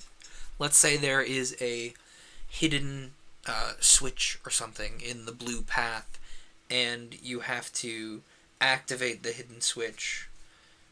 This is the wealthy. Yeah, let's say, let's apply the wealthy attribute to the machinery. And the wealthy machinery requires you to put some value of money or something of similar weight to money, but they planned on money, to open the heart of the dungeon. Because they assumed, like, well, nobody's in the chat right now. Nobody who is in this campaign is in the chat right now. This is splitting off from the cave that the teleportation circle that got the group to Antime is in. Don't worry, I'll spoiler that if you're watching and you play my campaign. I'll put spoiler text on the screen. But anyway, knowing that they assume that you're likely to have some form of expensive spell component or something to be here. So wealthy machinery makes for a hidden door, and we're gonna paint the hidden door in gold here because it's wealthy door. So we're gonna do this. We're gonna draw a little curve to make for a wealthy door. It's a secret door. Secret wealthy door. Door that is secret and also wealthy. No, I want it to be yellow, thank you. Then I want it to be gray, and I want to draw draw a little lever shape. Draw a little, like, scales, actually. I lied. What would a scales be? No, I want to undo something, thank you. Draw a little scales. And wait, no, this is selecting things. This isn't the thing I wanted. No. Draw a little scales. Zoot. Zoot. Doot. Doot. And doot. Doot. Ah, yes. A scale. This is definitely a scale. And on the map, we're going to put the scales of wealth.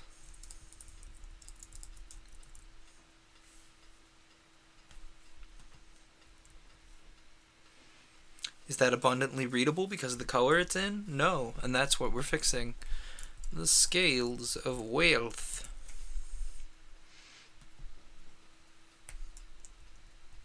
We're going to put it in green.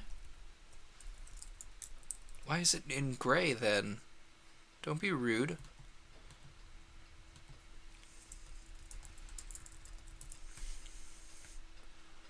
The scales of wealth. The scales that are about wealth. And there's going to be some riddle about the measure of a wizard or something. The measure of a wizard and his tools.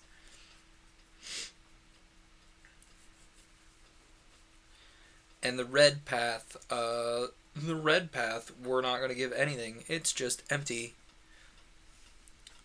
Alright, that means 7 turns. And, 1 more playable threat.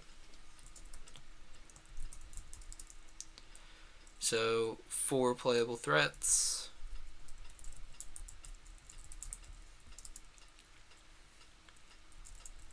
One playable reward.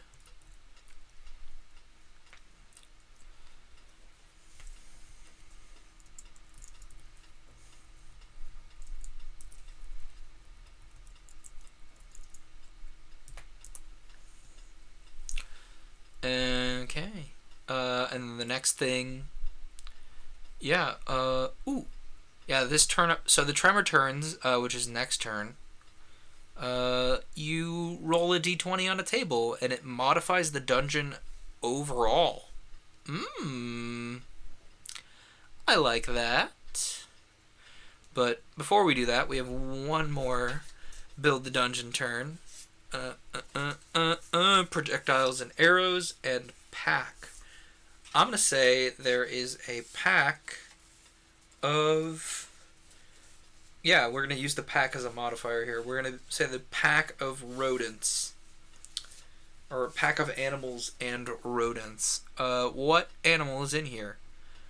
Have I associated any animals with magic yet? What would be? I think this is a pack of freed familiars. And the stereotypical familiar, obviously, is a cat. Isn't it, Magnus? He's circling over there. Yes, you are.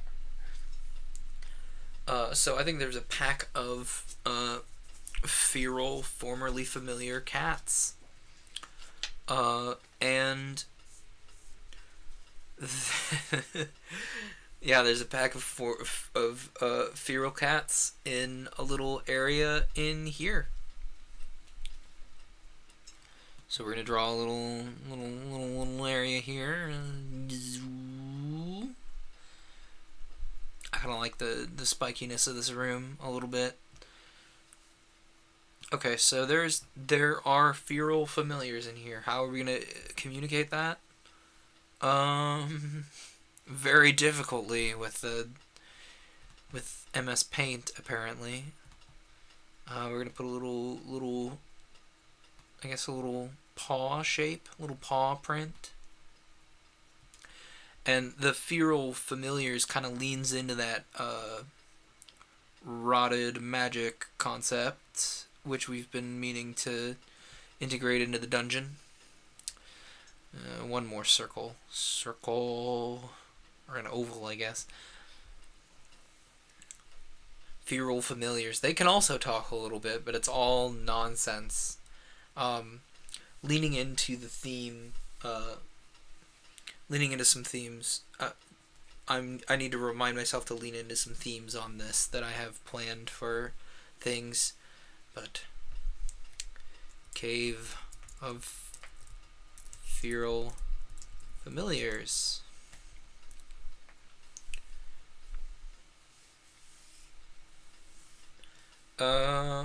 Okay. And 2 cards means 2 more playable threats. And 1 more playable reward. We have 3 playable rewards because I misdid my math earlier. So we have 6 turns, 6 playable threats of 8, and 3 playable rewards of 5. Alright, next turn is the Tremor turn, where the dungeon itself undergoes some form of tremor and changes. So we need to roll a d20, as one would expect. It's a Tremor turn. Do Tremor turns count as a normal turn, or do you just continue to... Okay, yeah, you just do the Tremor and then move on to your next turn. So Tremor. Cleanup phase, blah, blah, blah. We'll skip the cleanup phase, skip the example of play.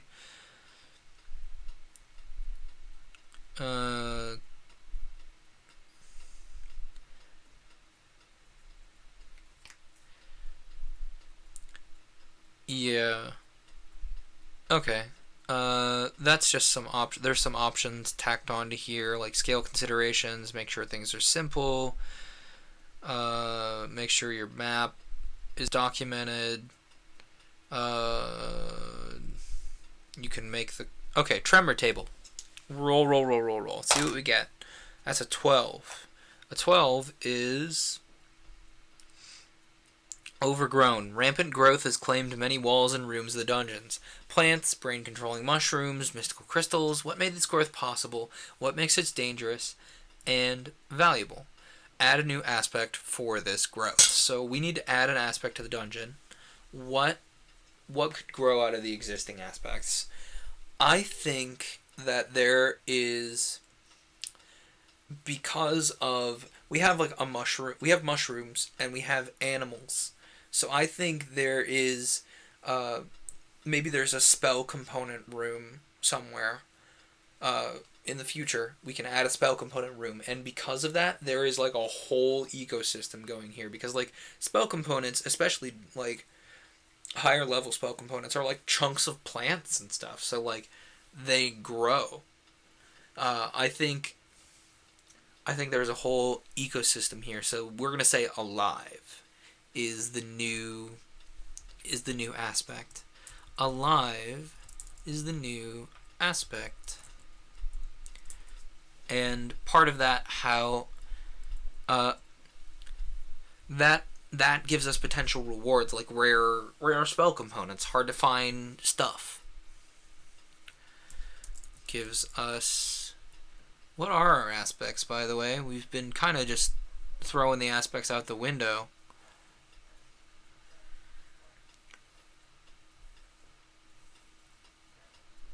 Our aspects are unstable, dark, rotting magic, wealthy, and alive. So this is a little bit like a little magic terrarium, so to speak. So now we move on to our next turn, I guess. So we need to draw 2 cards. And 2 cards shall I draw? Circle and ring and slope and cliff is what I just drew. So we have circle and ring, slope and cliff, projectiles and arrows, disease, emotions, and hive. Oh, I mean, we already have psychological torture spiders, so like I don't want to go for emotional disease. I'm kind of tempted to like ditch the emotional card because it lets you discard, because you know it lets you discard cards, but I want to keep it. Like, well, actually, I'm at 6 cards now, so I need to discard. So I can keep getting new aspects. Anyway, I'm gonna discard disease just because I don't feel like I want to use it. It's not a thing I want. Like, it wouldn't make sense. Like, the only established disease that I could think of using in the setting right now is Shuttleman's disease, and it doesn't make sense for it to crop up here. I like circle and ring.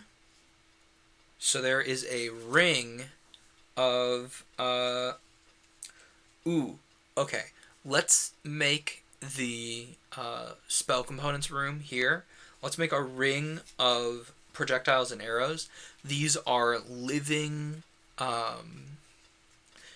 it's a ring of, like, archer plants, let's say.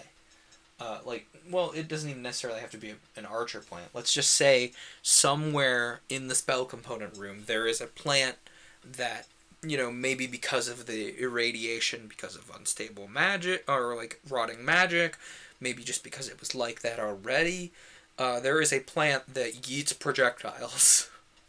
And it lives in this room, and it grew from spell components, and there is a ring of them.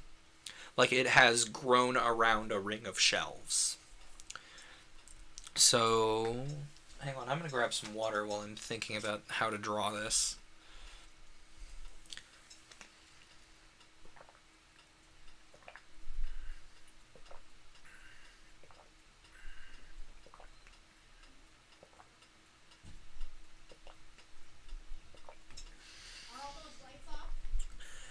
Okay, so I don't know how I would draw a ring of shelves. I'm just gonna like draw a somewhat ornate looking, you know, magical ring or whatever, and hope that I remember or write down that this is a ring of spell component shelves.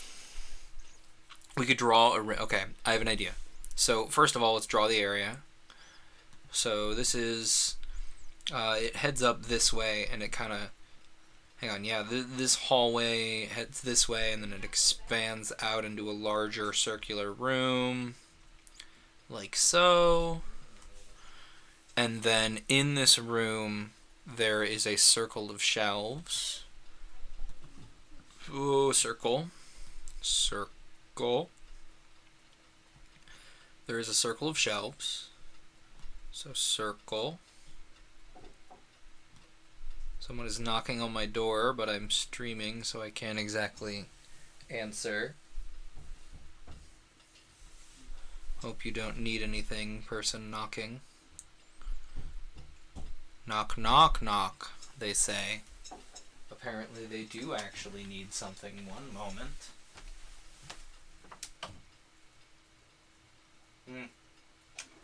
Never mind. I was wrong. There was no people. The knocking was ghost. Spooky. So we're going to draw this like little ring as if to represent rings of shelves. And I like the idea of spell component shelves also being able to hold like scrolls and stuff. So I'm going to put little hexagons on it. Little hexagons like so. Because, you know, like a honeycomb type shape does well at holding... Oh, jeez. A honeycomb type shape... Granted, I don't do a lot of work in scrolls or anything, but I get the sense a little honeycomb type shape would work equally well for holding like files of... like glass files of spell components and scrolls equally well. So...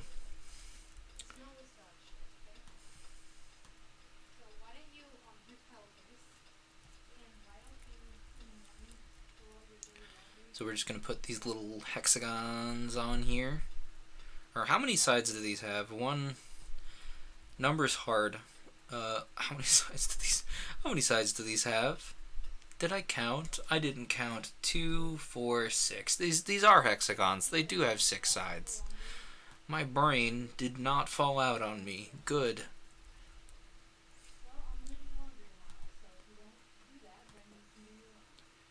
Okay.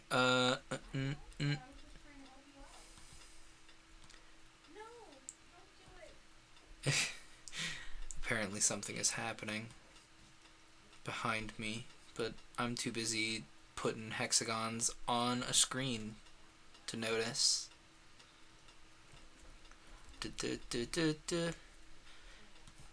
Anyway, that kind of gets the point across. There is, we need to put like some green, like leafy shapes in here too, to kind of sell that the area is overgrown.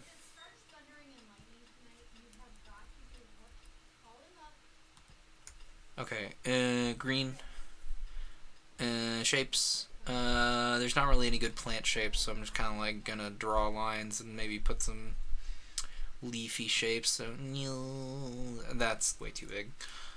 So there's like little... Hang on, let's make this a little thicker. Yes, good. Now it looks overgrown a little bit. So there's kind of just like plants happening. Maybe a little leaf shape somewhere. Little leaf.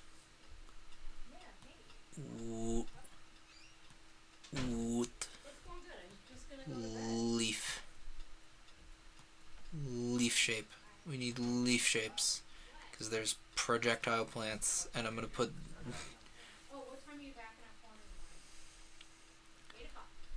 I'm going to put on the screen here. Yeet. Yeet spell plants. Yeet spell plants will probably get me to remember the thing that I was just carrying on about.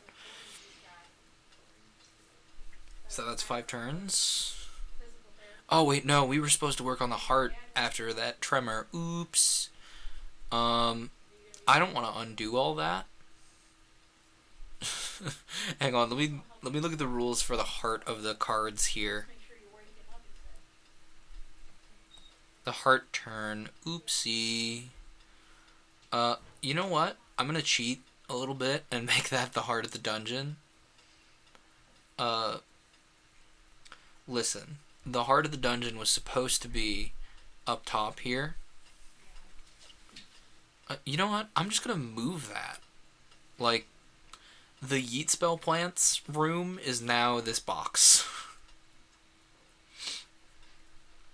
I think I can actually literally do that with the select tool here. Let me just do this.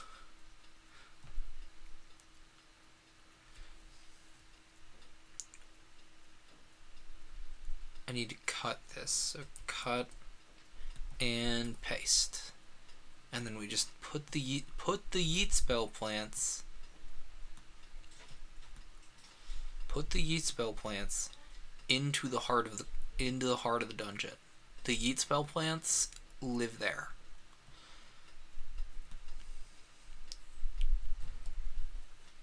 Can we read the thing? Did that just like garble my work even more than necessary? Probably. But like, that's where the Yeet Spell Plants live now. I'm gonna need to like, oh my gosh, I can't do that. Let's redo 2 steps. Undo. Paste. So let's put this over here. The Yeet Spell Plants live over here now.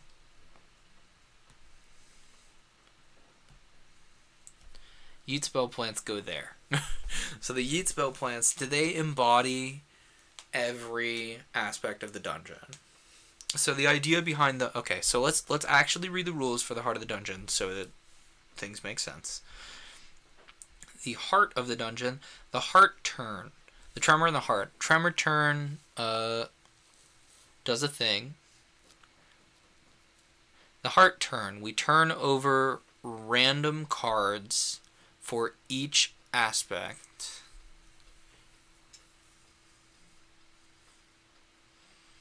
I think. Did this not have the heart turn? Okay, no, I just can't read. Heart turn. After you've executed a tremor turn, and if you have an undefined dungeon heart, it is time to do so now by executing a heart turn together. It resolves mostly like an exploration turn, with the following differences. The dungeon cards are played randomly. For each aspect in your dungeon, play a random card by drawing it from the top of the deck. Well, we did draw projectiles and circles immediately, didn't we? No, we drew slope. I'm gonna cheat a little bit, but you're supposed to flip cards. So we'll flip more cards to add more aspects to this. We'll flip 3 more cards to add more stuff to this. Because, wait, no, we'll flip 4 more cards to add more stuff to the Yeet Spell room, but we'll get there. The dungeon cards are played randomly. For each aspect in your dungeon, play a random card by drawing it from the top of the deck. Then you make sense of the cards and draw the heart together. You need to make use of at least 1 card aspect combination. You have to spend all the tokens from the heart pool on the features in the heart. So the heart of the dungeon has... scrolling back up in chat, don't mind me. 4 threats. Okay. Very dangerous. And 2 rewards. The obvious reward here... One of the rewards, obviously, is the spell components. Just outright. So let's flip 4 more aspects to this room. And see if we can add anything more. So 1, 2, 3... Sorry, I meant to draw them individually, but these are paper cards. These are pieces of paper. 1, 2, 3, 4. Flip. Runes and sigils. That pretty easily, like, leans into the thing we have already. There's runes and sigils like crazy. An artifact. Obviously, that already leans in here. Wind and stench and chasm and holes. We can do chasm and holes, and out of the chasm and holes comes the wind and stench. So the runes and sigils and artifact, they just kind of play into the artifact is wealthy. The projectiles are alive. The circle is rotting magic. Runes and sigils is I think the runes and sigils are dark. These are unconventional dark magics.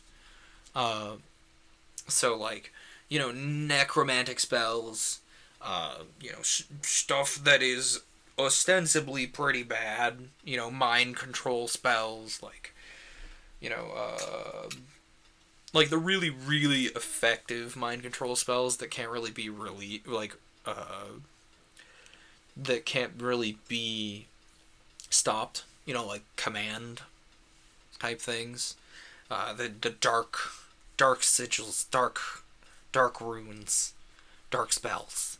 Uh, the chasm and holes. I chasm and holes kind of plays into the dark aspect as well. Well, actually, did I draw too many cards? 1, 2, 3, 4, 5, 6. No, I'm miscounted. I drew too many cards. We're not counting wind and stench. I'm getting rid of it. This is what happens when you don't read the rules closely, is you break them. Chasm and holes. The chasm is unstable. The chasm has something in it. A monster? I don't know. Some kind of... I'll spin from that. Like a monster created by all the rotting magic. Like okay, I like this. A scroll of plane shift exploded. Like, exploded, so to speak. And it created a giant sinkhole in part of the room. And so, because of the sinkhole in the part of the room, which is this whole area over here, we're going to make it this whole area over here is just a sinkhole. There's a giant sinkhole here. And it's full of terrifying eldritch nonsense. Because it opened... Oh, this is how I could play that in. Okay, I like this better. A scroll of... Wait, no, even better. Instead of a scroll of something, a bag of holding rotted here. And this sinkhole leads to the astral plane where all the bags of holding lead. So this is an aspect of canon for Karsus that I have not mentioned to the players. I'll spoiler it a little further back. 253. Let me write that down super quick. Around the 1 hour mark and 3 hour mark, there are spoilers. I need to write that down.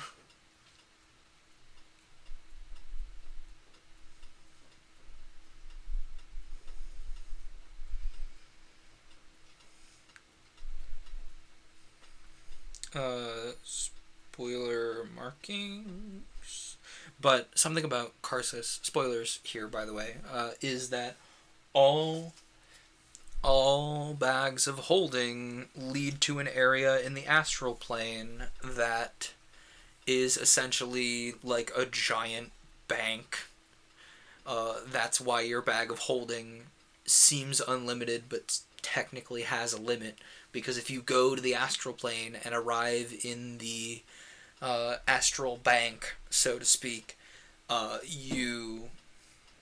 your account is then charged for any amount you're over the technically limitless space of a bag of holding.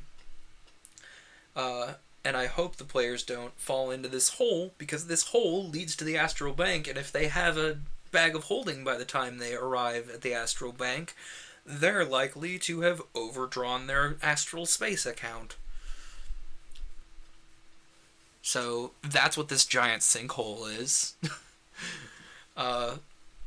Anyway, now we have resolved the heart turn, the thing that I almost accidentally skipped.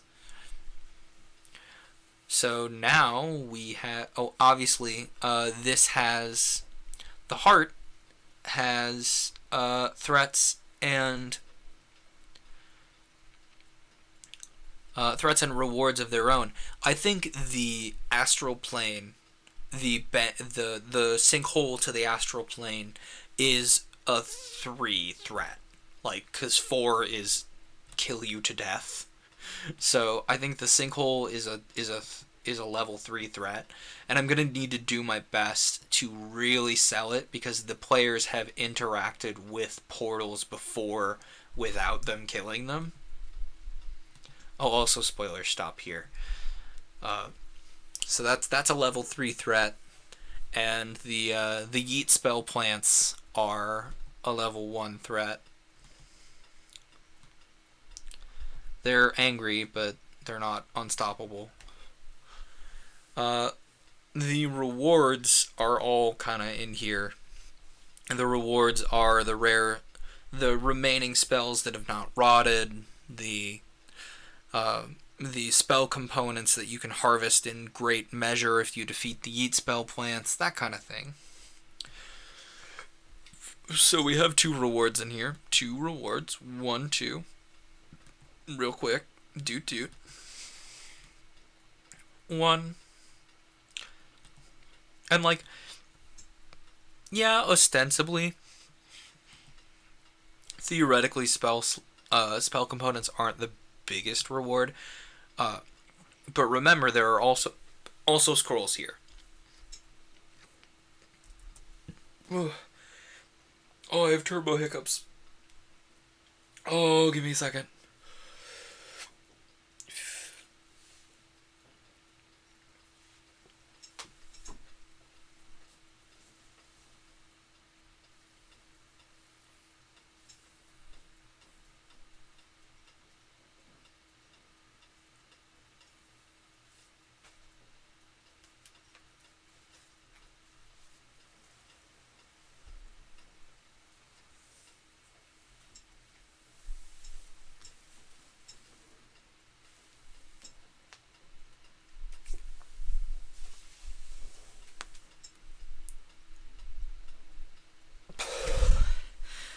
Oh, I was gonna go for 60, but I was moving around. Hopefully that deactivates my hiccups. If not, I'm gonna take several large gulps of water. Prepare your ears.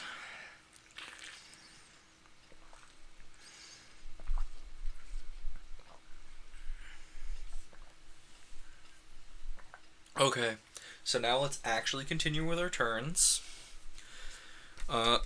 Warning and Omen and Portal.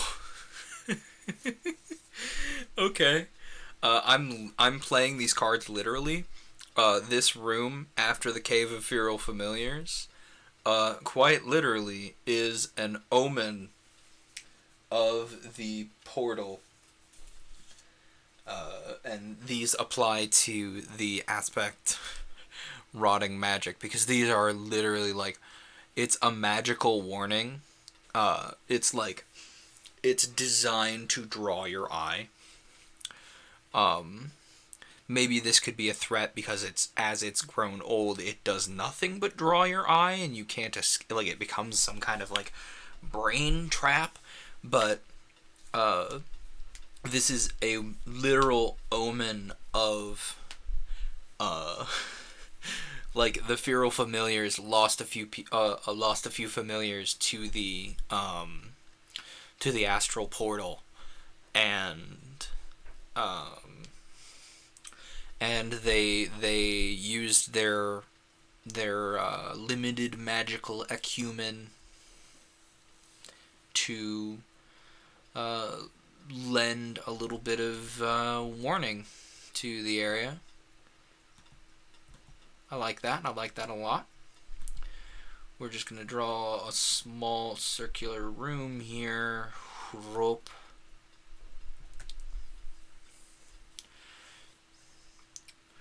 And in this room, we're gonna put a little red exclamation mark. Metal Gear Solid. I keep saying Metal Gear Solid. I mean just Metal Gear. Metal Gear style. This if they go this way instead of using the Scales of Wealth, is quite literally their warning. Watch out. The astral portal will eat your face. Crunch. That's 2 cards, so that lets us play all of our threats throughout the dungeon. So we have access to all of our threats, and we're only not allowed to place one reward, so all threats unlocked, all but one reward, 5 turns. I'm definitely gonna have to go back through this video and take extensive notes. Okay, next turn is we're gonna draw 2 cards. 1, 2. Work and labor, music and song are the 2 cards we drew. I want to get rid of slope and cliff because I don't like it. I don't like what it would do. I'm getting rid of slope and cliff. Confirmed.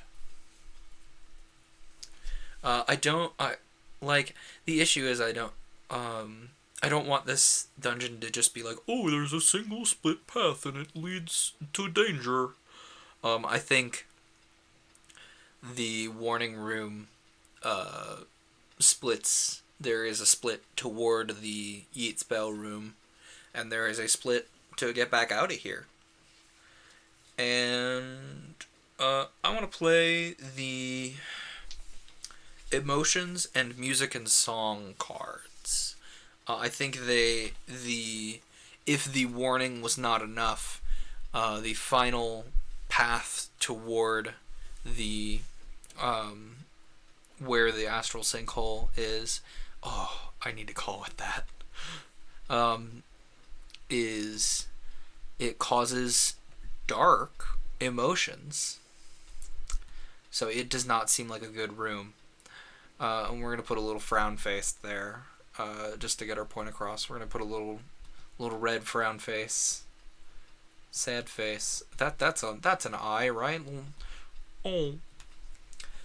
For some reason, for one reason or another, as you continue to move down this dungeon hallway, you just feel real bad. You feel unsettled. You feel disgusting. You feel a great many things, and none of them are good things.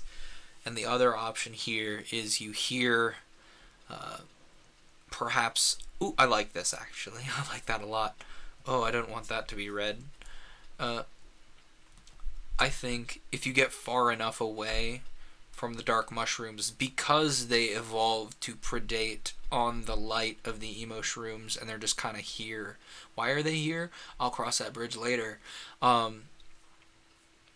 They evolved to predate upon the emo shrooms, and they as such have some measure of sentience as well. So when you have gotten far enough away from them, if you're in the warning room, because there's a corridor there, you hear them giving off a small song. They've had very little to do in this darkness other than grow and think, and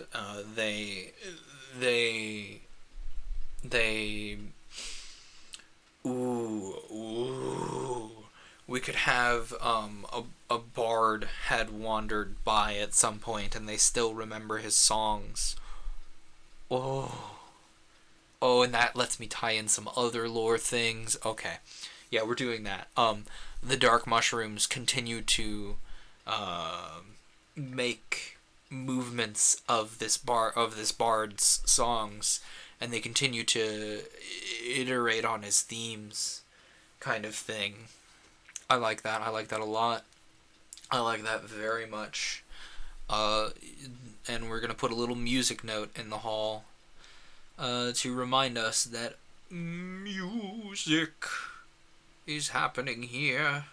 I'll put a couple little music notes here, like so. Doot. The hallway of musics. I like it. Zoom in a little bit. I'm definitely have to clean up this map and put it in an actual dungeon editor or something.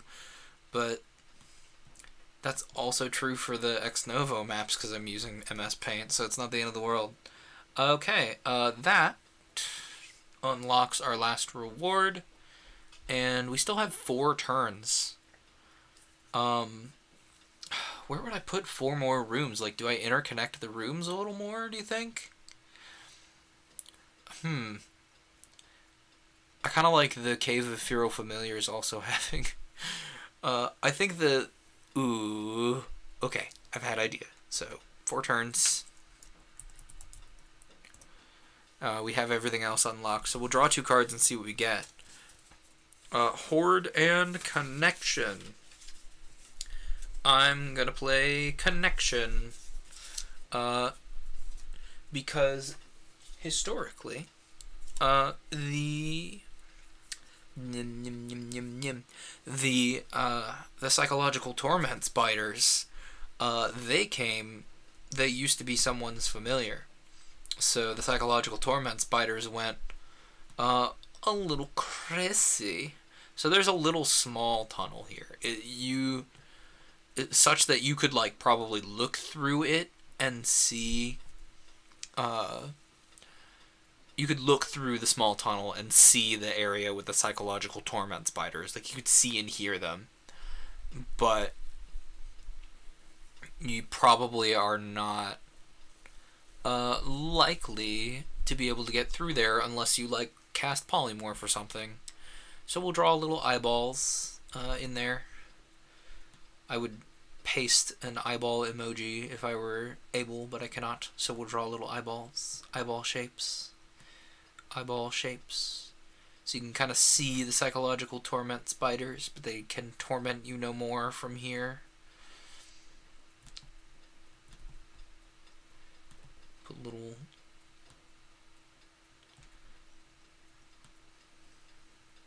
So you can it's like it's not necessarily a room in the dungeon, but it's like an eye line you could follow.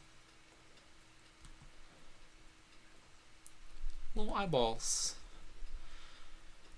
Is that the intended effect of, having turn-by-turn rooms? Probably not, but it's what I'm doing. Yeah, I like that. Okay, that's a turn. Next is Corpses and Graves and Hand. Hand. I like Hand. How can we use Hand? We could add... We could, like, where does the unstable bridge go?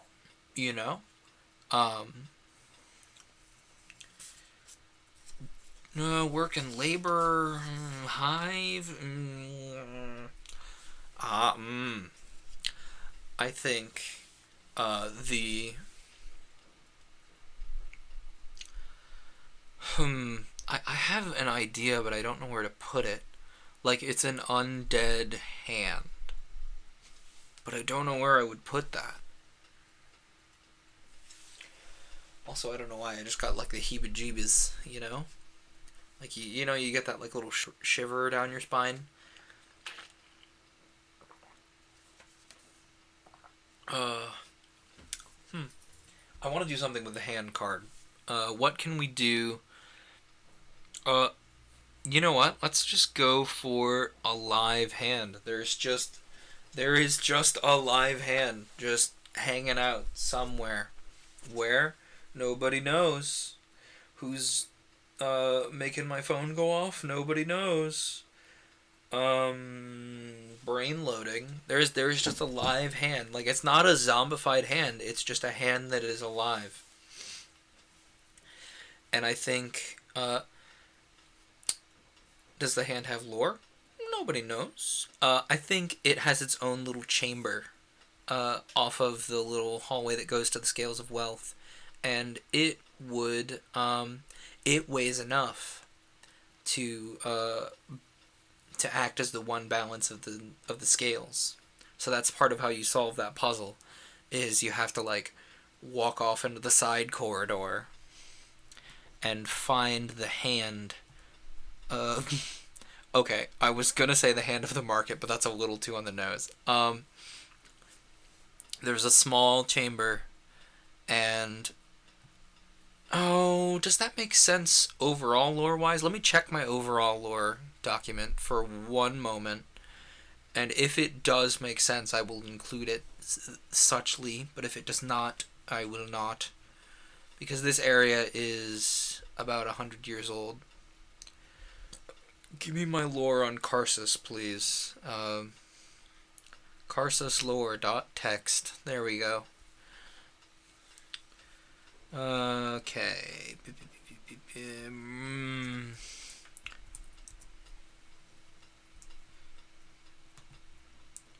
Hammer commerce. 2-5. Okay, yeah, that would roughly work. Yeah, that would roughly work time-wise. It's a little close, but it would work. We're going to say that this area is the Hand of Mercio. Mercio is the god of commerce, and he is considered a, for lack of a better term, child deity to Nitron, who handles bountiful harvests and growth, and Mercio instead handles financial growth, capitalistic growth type thing, societal growth. When did they actually mean capitalistic growth? So the Hand of Mercio is a literal hand. Is it the literal hand of Mercio? That's up for debate. I kind of like that. Like, it's the literal hand of Mercio, because these gods rarely take Avatar to walk the material plane. And I like to think that they just kind of like, they have, not necessarily, I wanted to say coat closet, but that's not reverent enough. They have a very reverent closet where the Avatar of Mercio resides. You know, it's like a body that is just empty. Like, it's not necessarily a human body or any other D&D race's body, but it is a body that is designed to contain some spark of Mercio's essence, so he can, go, I don't know, buy stocks or something. That's how capitalism works, right? But someone very near to his avatar's, what's the term I'm looking for? Near to his avatar's ensconcement, I guess. Existence beginning. I don't want to say birth, because that doesn't apply here. Near to his avatar's, I guess, creation, I suppose, is the word I'm looking for. I have a better, fancier word in my brain, but it's leaving me. So, soon after Mercio was like breathed into existence and his avatar was created, someone stole Mercio's left hand, and this whole time it's been here balancing the theoretical scales of wealth to get to this spell component, treasure trove. The Hand of Mercio has been here the whole time. I'm just going to put literal text that says Hand of Mercio, because I don't think I can draw a hand. Hand of Mercio. Mercio? It's kind of embarrassing, but I don't remember how I pronounce it. But anyway, Hand of Mercio, it's here. There it is. That gives us 3 turns left. Where else can we add room? And then we have another tremor turn, and that's that. Very soon. I like a tremor being like one of the last things that happens here. It makes sense given what's been happening in the campaign. Yeah, and then we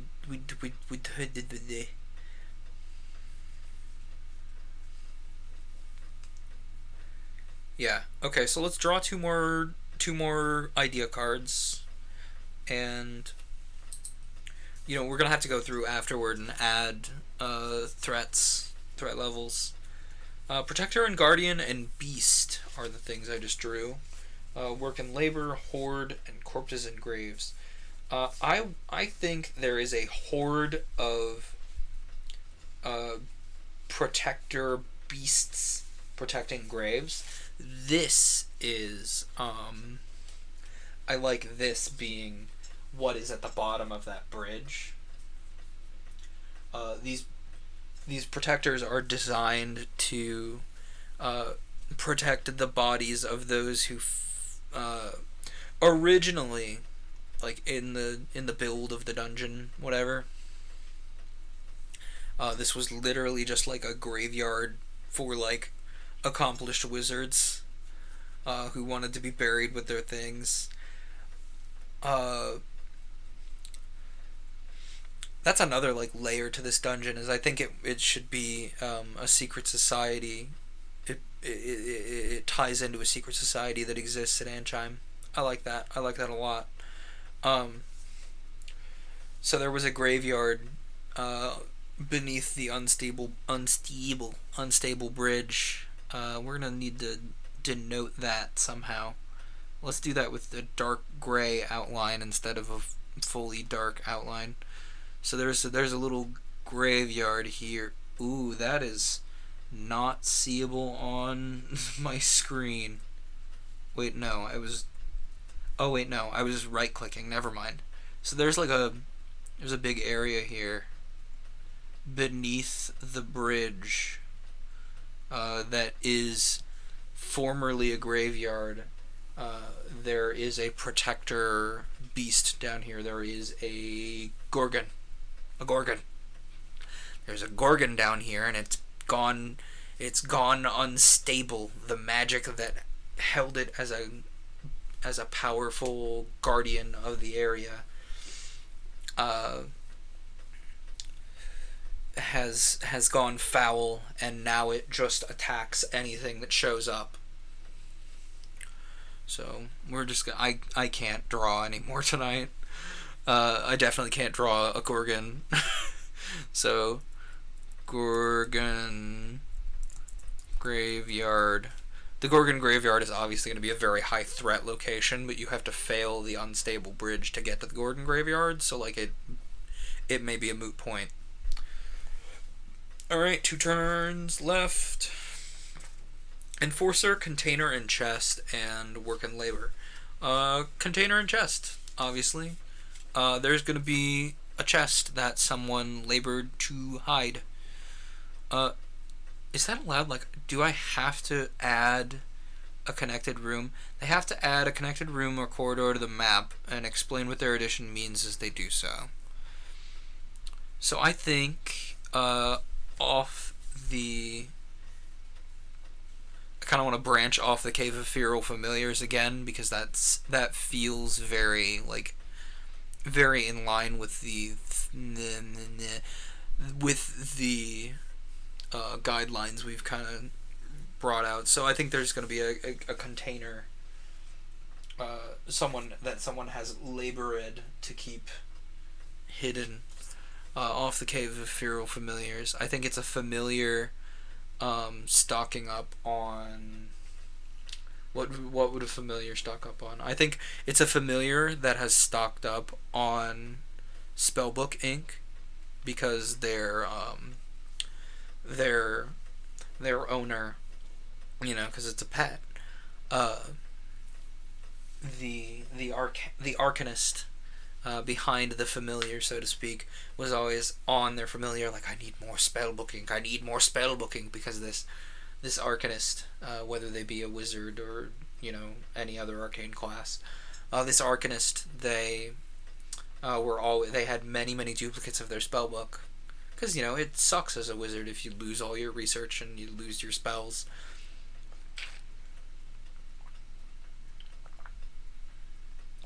And so there is a small room, there's a small alcove attached to the Cave of Feral Familiars. And it is just full of spellbook ink, and I think that would be a good minor threat there. So much so that I'm literally putting a minor threat arrow there when I can. But we're gonna draw a little ink drop,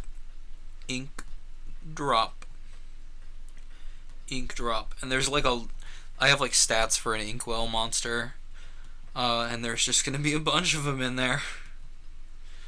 That's an ink drop, right? That's fine. And we're gonna put a red down arrow single threat there, because it's a minor threat.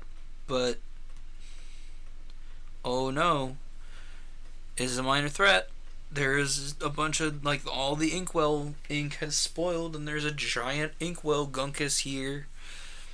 That would give us 7 threats, by the way. 7 threats. This is the last build a room onto the dungeon thing, and then we roll for a tremor, and we're done. I got Puzzle and Riddle and Statue and Idol from the deck. I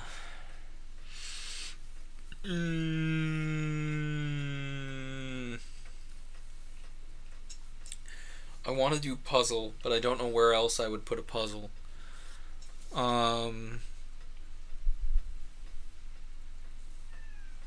library. I'm not sure if you could hear that, but I have the door shut and library is very upset about it. Buddy, you just gotta bunk the door. The door is open, I promise. Where would I put a puzzle room? I think this room is just like a red herring. The room itself is a puzzle. Let's lean in on the live. The room itself changes layout as you walk through it. Yeah, I like that. So we're gonna put like a little. No, not red. Gonna put a question mark in here. We're gonna like let it be open-ended, and there's a little question mark, because this room changes layout the more you try to move forward. The more it tangles. But as soon as you give up and you're like, I'm sick of this, and you leave, then you're just immediately back in the alert room. I like that. It also makes for a very funny symmetry on the MS Paint map with the question mark and then the exclamation point. Listen, is it really cheesy dungeon design to like have a room that just kind of like, oh, you can't go that way, so it's gonna get weirder the more you walk? Yes, but like, it's a fun concept. And I think it was not originally intended to do that. I think the original intent of the magic there was to like expand the area as necessary, but the magic went sour. Yeah, Magnus, it did. Do you want to come over here? Come on. He says, no, I want to open the door. Yeah, do you want me to open the door? We'll roll for tremor in a minute. I have to open the door because my cats are spoiled. What? Come on. In or out, make the decision. Do you want to come say hi to everybody, library? Yeah, you do. Come here, kitty. The papa love. Come here. Hey, I'm up here. Come on up here. Oh, you got the right idea. Come on. You can do it. Little further. Come here. Do you want pets? Yeah, you do. Come on. Pets. Yeah. Here we go. Now we're getting pets, kitty cat. Look who's here. Library boy. He's like, no, I don't want to be on camera. You already exploited Magnus for views today, Dad. Yeah. Just because you're right doesn't mean you have to say it, library. As if I'm exploiting my cats for views. I wouldn't force them into that. I just knew Magnus wanted to come in earlier anyway. Okay, so we need to roll for a final tremor, and then our dungeon is done. So, a tremor we shall roll for. 17. What does that tremor mean? Let's find out. Wait. Let's see what else we have to do. Determine the tremor and follow the actions given in the table. 17 is flooded. Part of the dungeon is sunken below the waves. Rooms or corridors are wholly or partially flooded. What caused this and is it really just water? Okay. Rooms flood. Flood with what? It suggests that it doesn't have to be water. I think that Gorgons can't breathe underwater, can they? Let me check 5th edition stats on that. I could do this from a book, but I'm going to do it from my phone because I'm a heathen.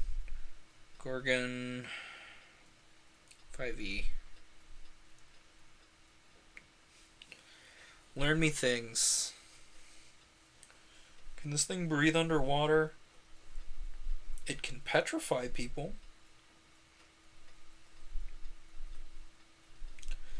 Yeah, okay. I think the Gorgon Graveyard is what floods because it's the lowest point in the dungeon. I think nowhere else is gonna flood. It doesn't make any sense for anywhere else to flood. The Gorgon Graveyard floods, and it's a water breathing Gorgon.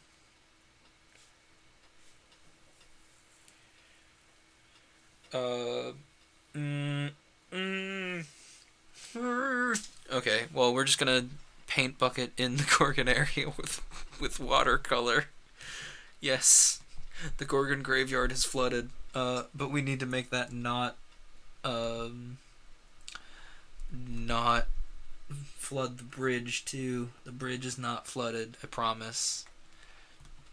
So the Gorgon Graveyard has flooded. There we go. Alright, we have a dungeon. So, spoilers for my group. Stop the video right here. Let me write down. So, spoilers for my group. This is a secret cult headquarters. And it is...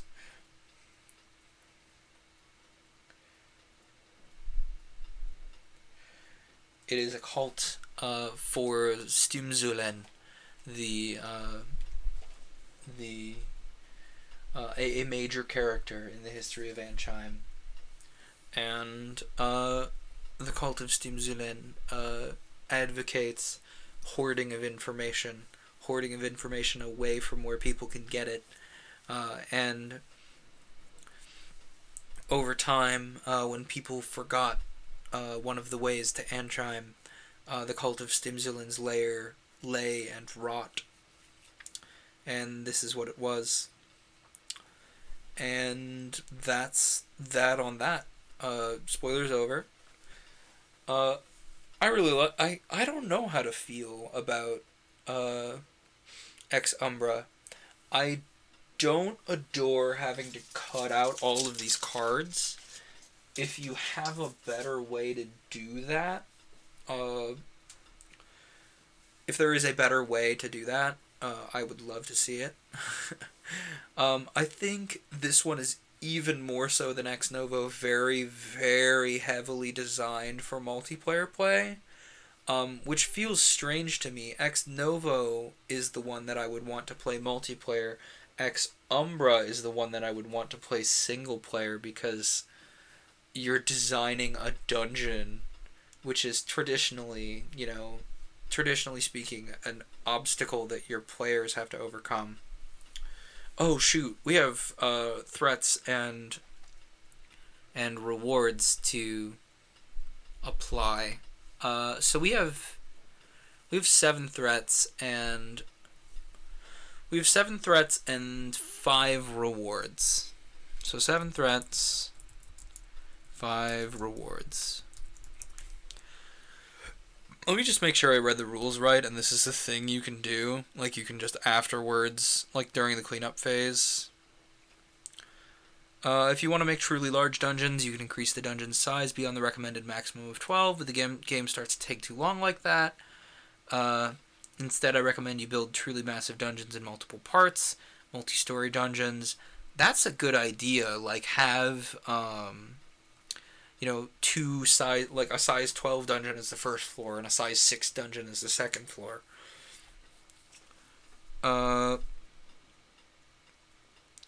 Yeah, I don't adore playing this multiplayer. I'm not a big fan. Cleanup phase. Cleanup phase. Let me read the cleanup phase before I go doing things.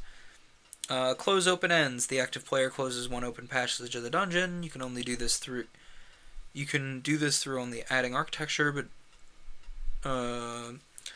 make sure none of your dungeon pieces are open-ended. None of them are, because the one leads into an impassable labyrinth. Spend any remaining tokens, threat and reward. Make the dungeon famous. Make sure that anything that has 3 tokens is famous, or is like a famous making item, and then name the dungeon and write it at the top of the map. So we need to add tokens. So the astral sinkhole is obviously a named danger. Let's start with threats. What's threatening here? I think the Cave of Feral Familiars should be pretty dangerous. It's a cave full of magic animals that have gone crazy bonkers. So I would say that's a level 3 threat. Yeah, I like that. Because it's like, dude, this is part of why this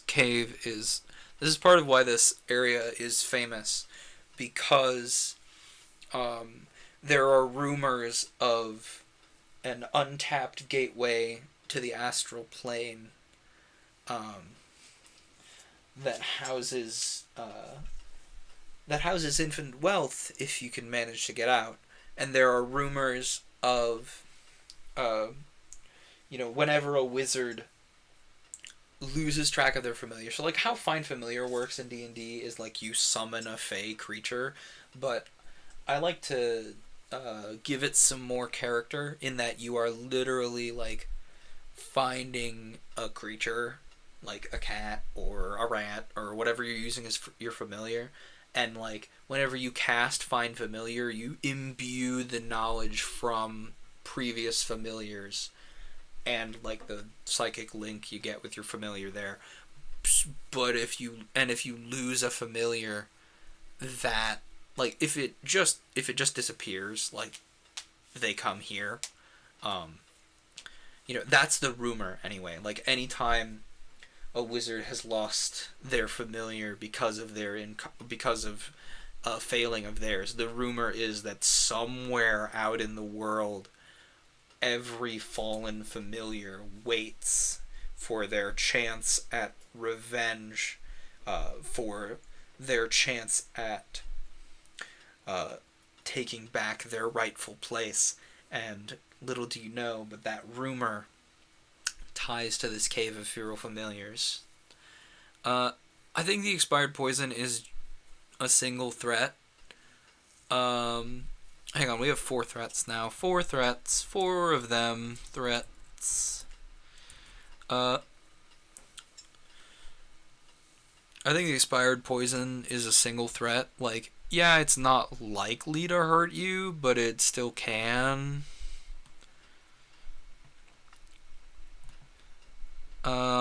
What else is dangerous? I feel like the Hand of Mercio leads to some kind of reward. Obviously, like we have 5 rewards here. I think the Endless Labyrinth is not, well, it's not important enough to be named, but it has 2 threats. 1, 2. So we have 1 threat marker remaining. I think, I don't know where to put the remaining threat. I guess the remaining threat marker would be in the Gorgon Graveyard. Actually, let's downgrade the Endless Labyrinth over there to a single threat marker, and the Gorgon Graveyard is 2 threats. But if you defeat the Gorgon, you get, like, sick Gorgon loot. So, if you defeat the Gorgon, you get good Gorgon loot. So, that has a reward, obviously.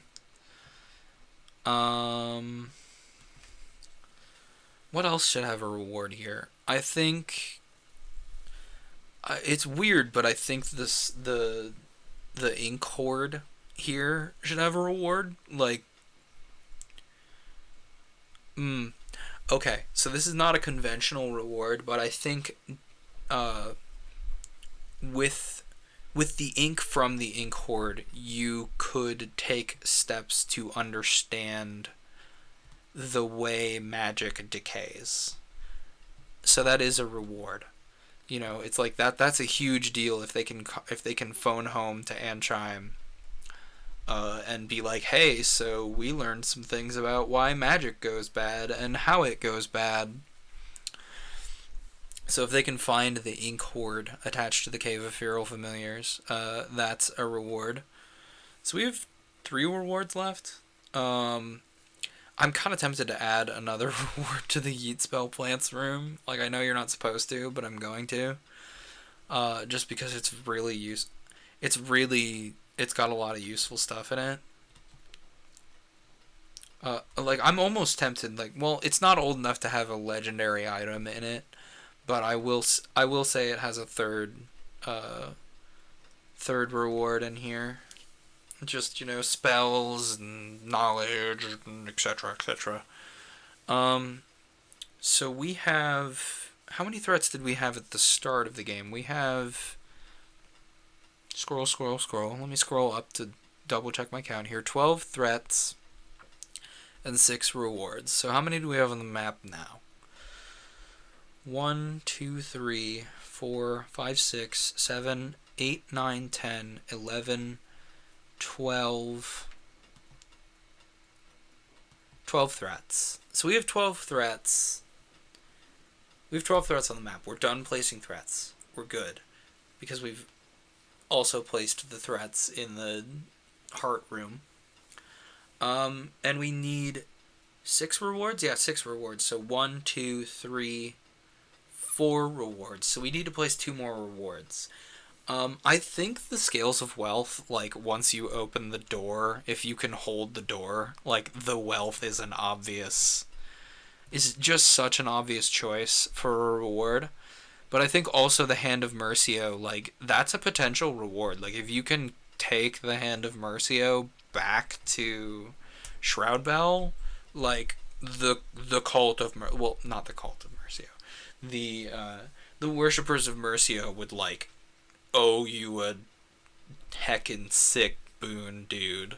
So, I like that. Okay. That's this dungeon. It has a name. I don't want to say it so I don't have to block out more spoilers, but that's this dungeon. I feel like I need to give my thoughts on Ex Umbra. I think Ex Umbra can grow on me. I think I could enjoy Ex Umbra a great deal. I also think that Ex Umbra does not address my main difficulty in designing dungeons, in that the guidelines system, it's nice and all, don't get me wrong, but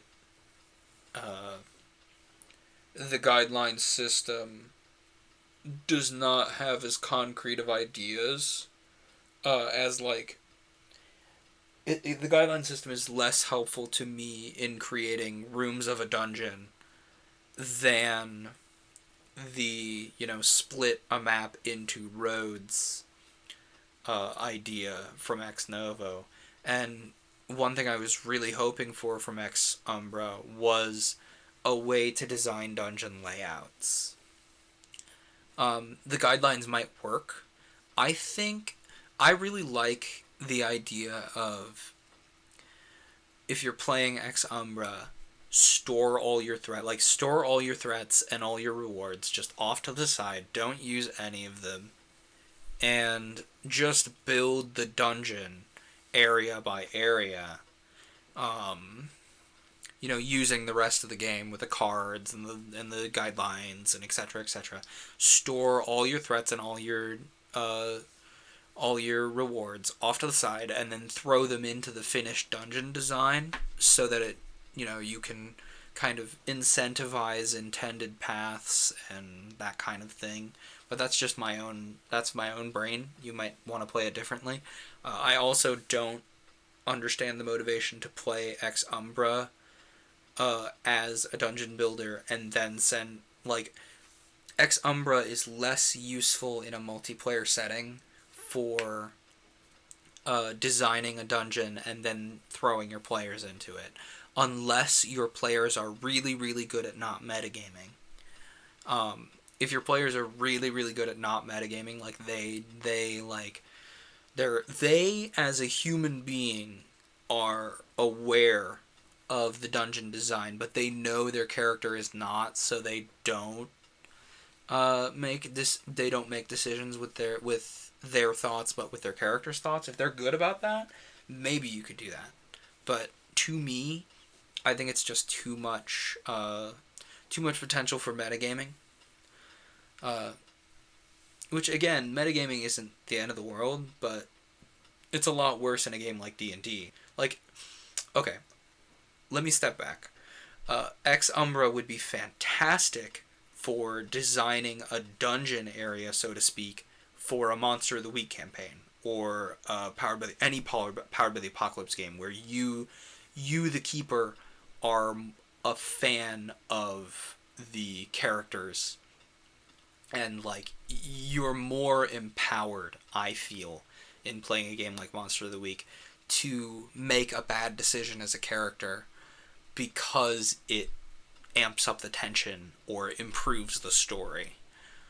That being said, I don't know that I would use this multiplayer. I would have to have a very specific sort of group for it. That being said, I don't know that I'm going to stream a lot more of Ex Umbra. I do know that I'm going to use Ex Umbra, and if it super grows on me, I will let you all know.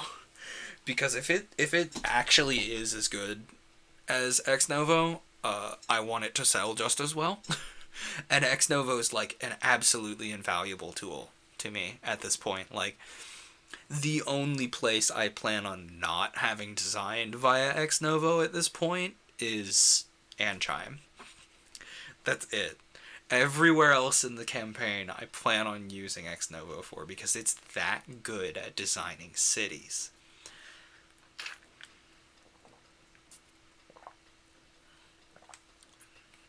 I think what would be interesting is if you designed a city at large with Ex Novo, and then took the dungeon design ideas from Ex Umbra and designed each district, the road layout of a district, using Ex Umbra, so you have little dungeons in each district. I think that would be very interesting. I might consider doing that for a small series of Ex Umbra to see if Ex Umbra grows on me.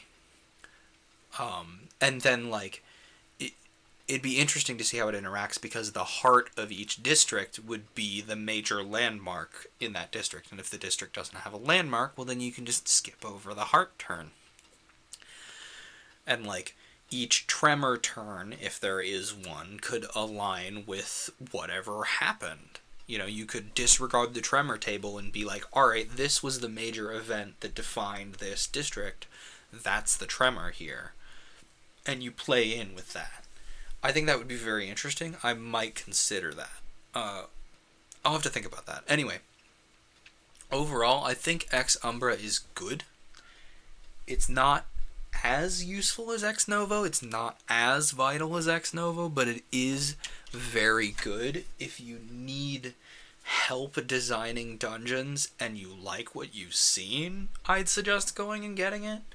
The cutting out of the cards is not, like, it's not as undue of a struggle as I made it out to be. You know, of course I'm being over dramatic, but it is a little minor annoyance when Ex Novo used tables. I think they went for the card route here to avoid repetitiveness, which I respect. I think you could just, recognize that, oh, I've rolled this before and forget about it and just roll again. Or you could take a similar roll and, run with it in a completely different direction.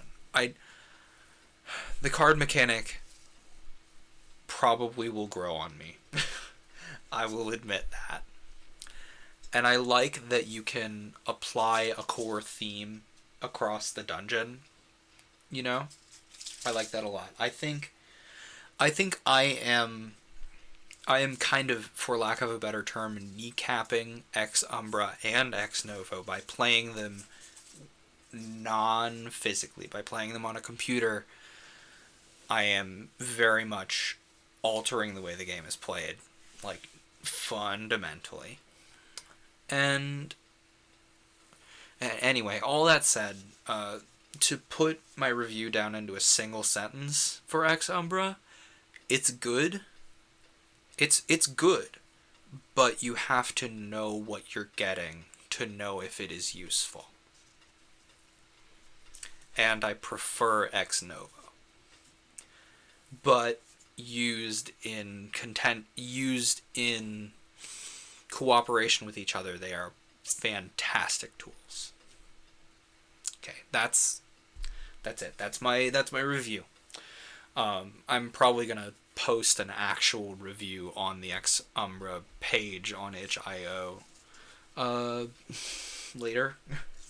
That reminds me, I need to link this game in chat in case any of you want to get it.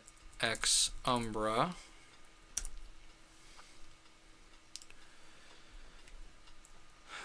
Ex Umbra.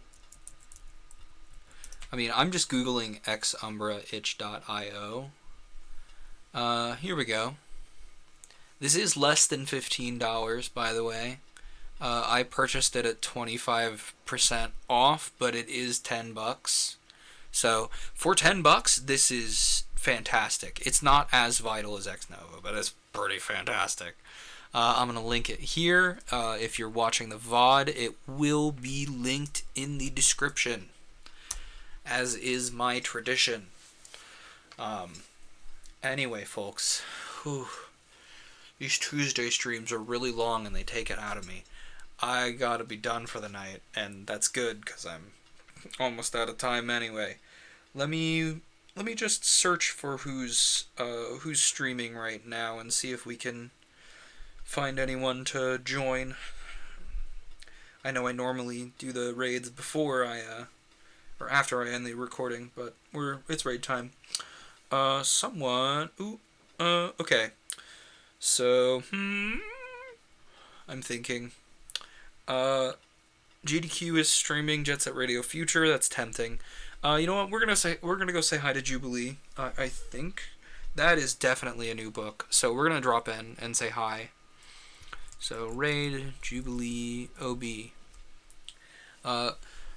If you liked what you saw with Ex Umbra, I would suggest going and getting it. I'm not gonna pressure you. I'm not gonna put down any kind of ringing endorsement or anything. Doubly so because I wasn't paid to play this. I should have made that clear at the outset. I'm just a fan of Ex Novo and I wanted to see what Ex Umbra was like.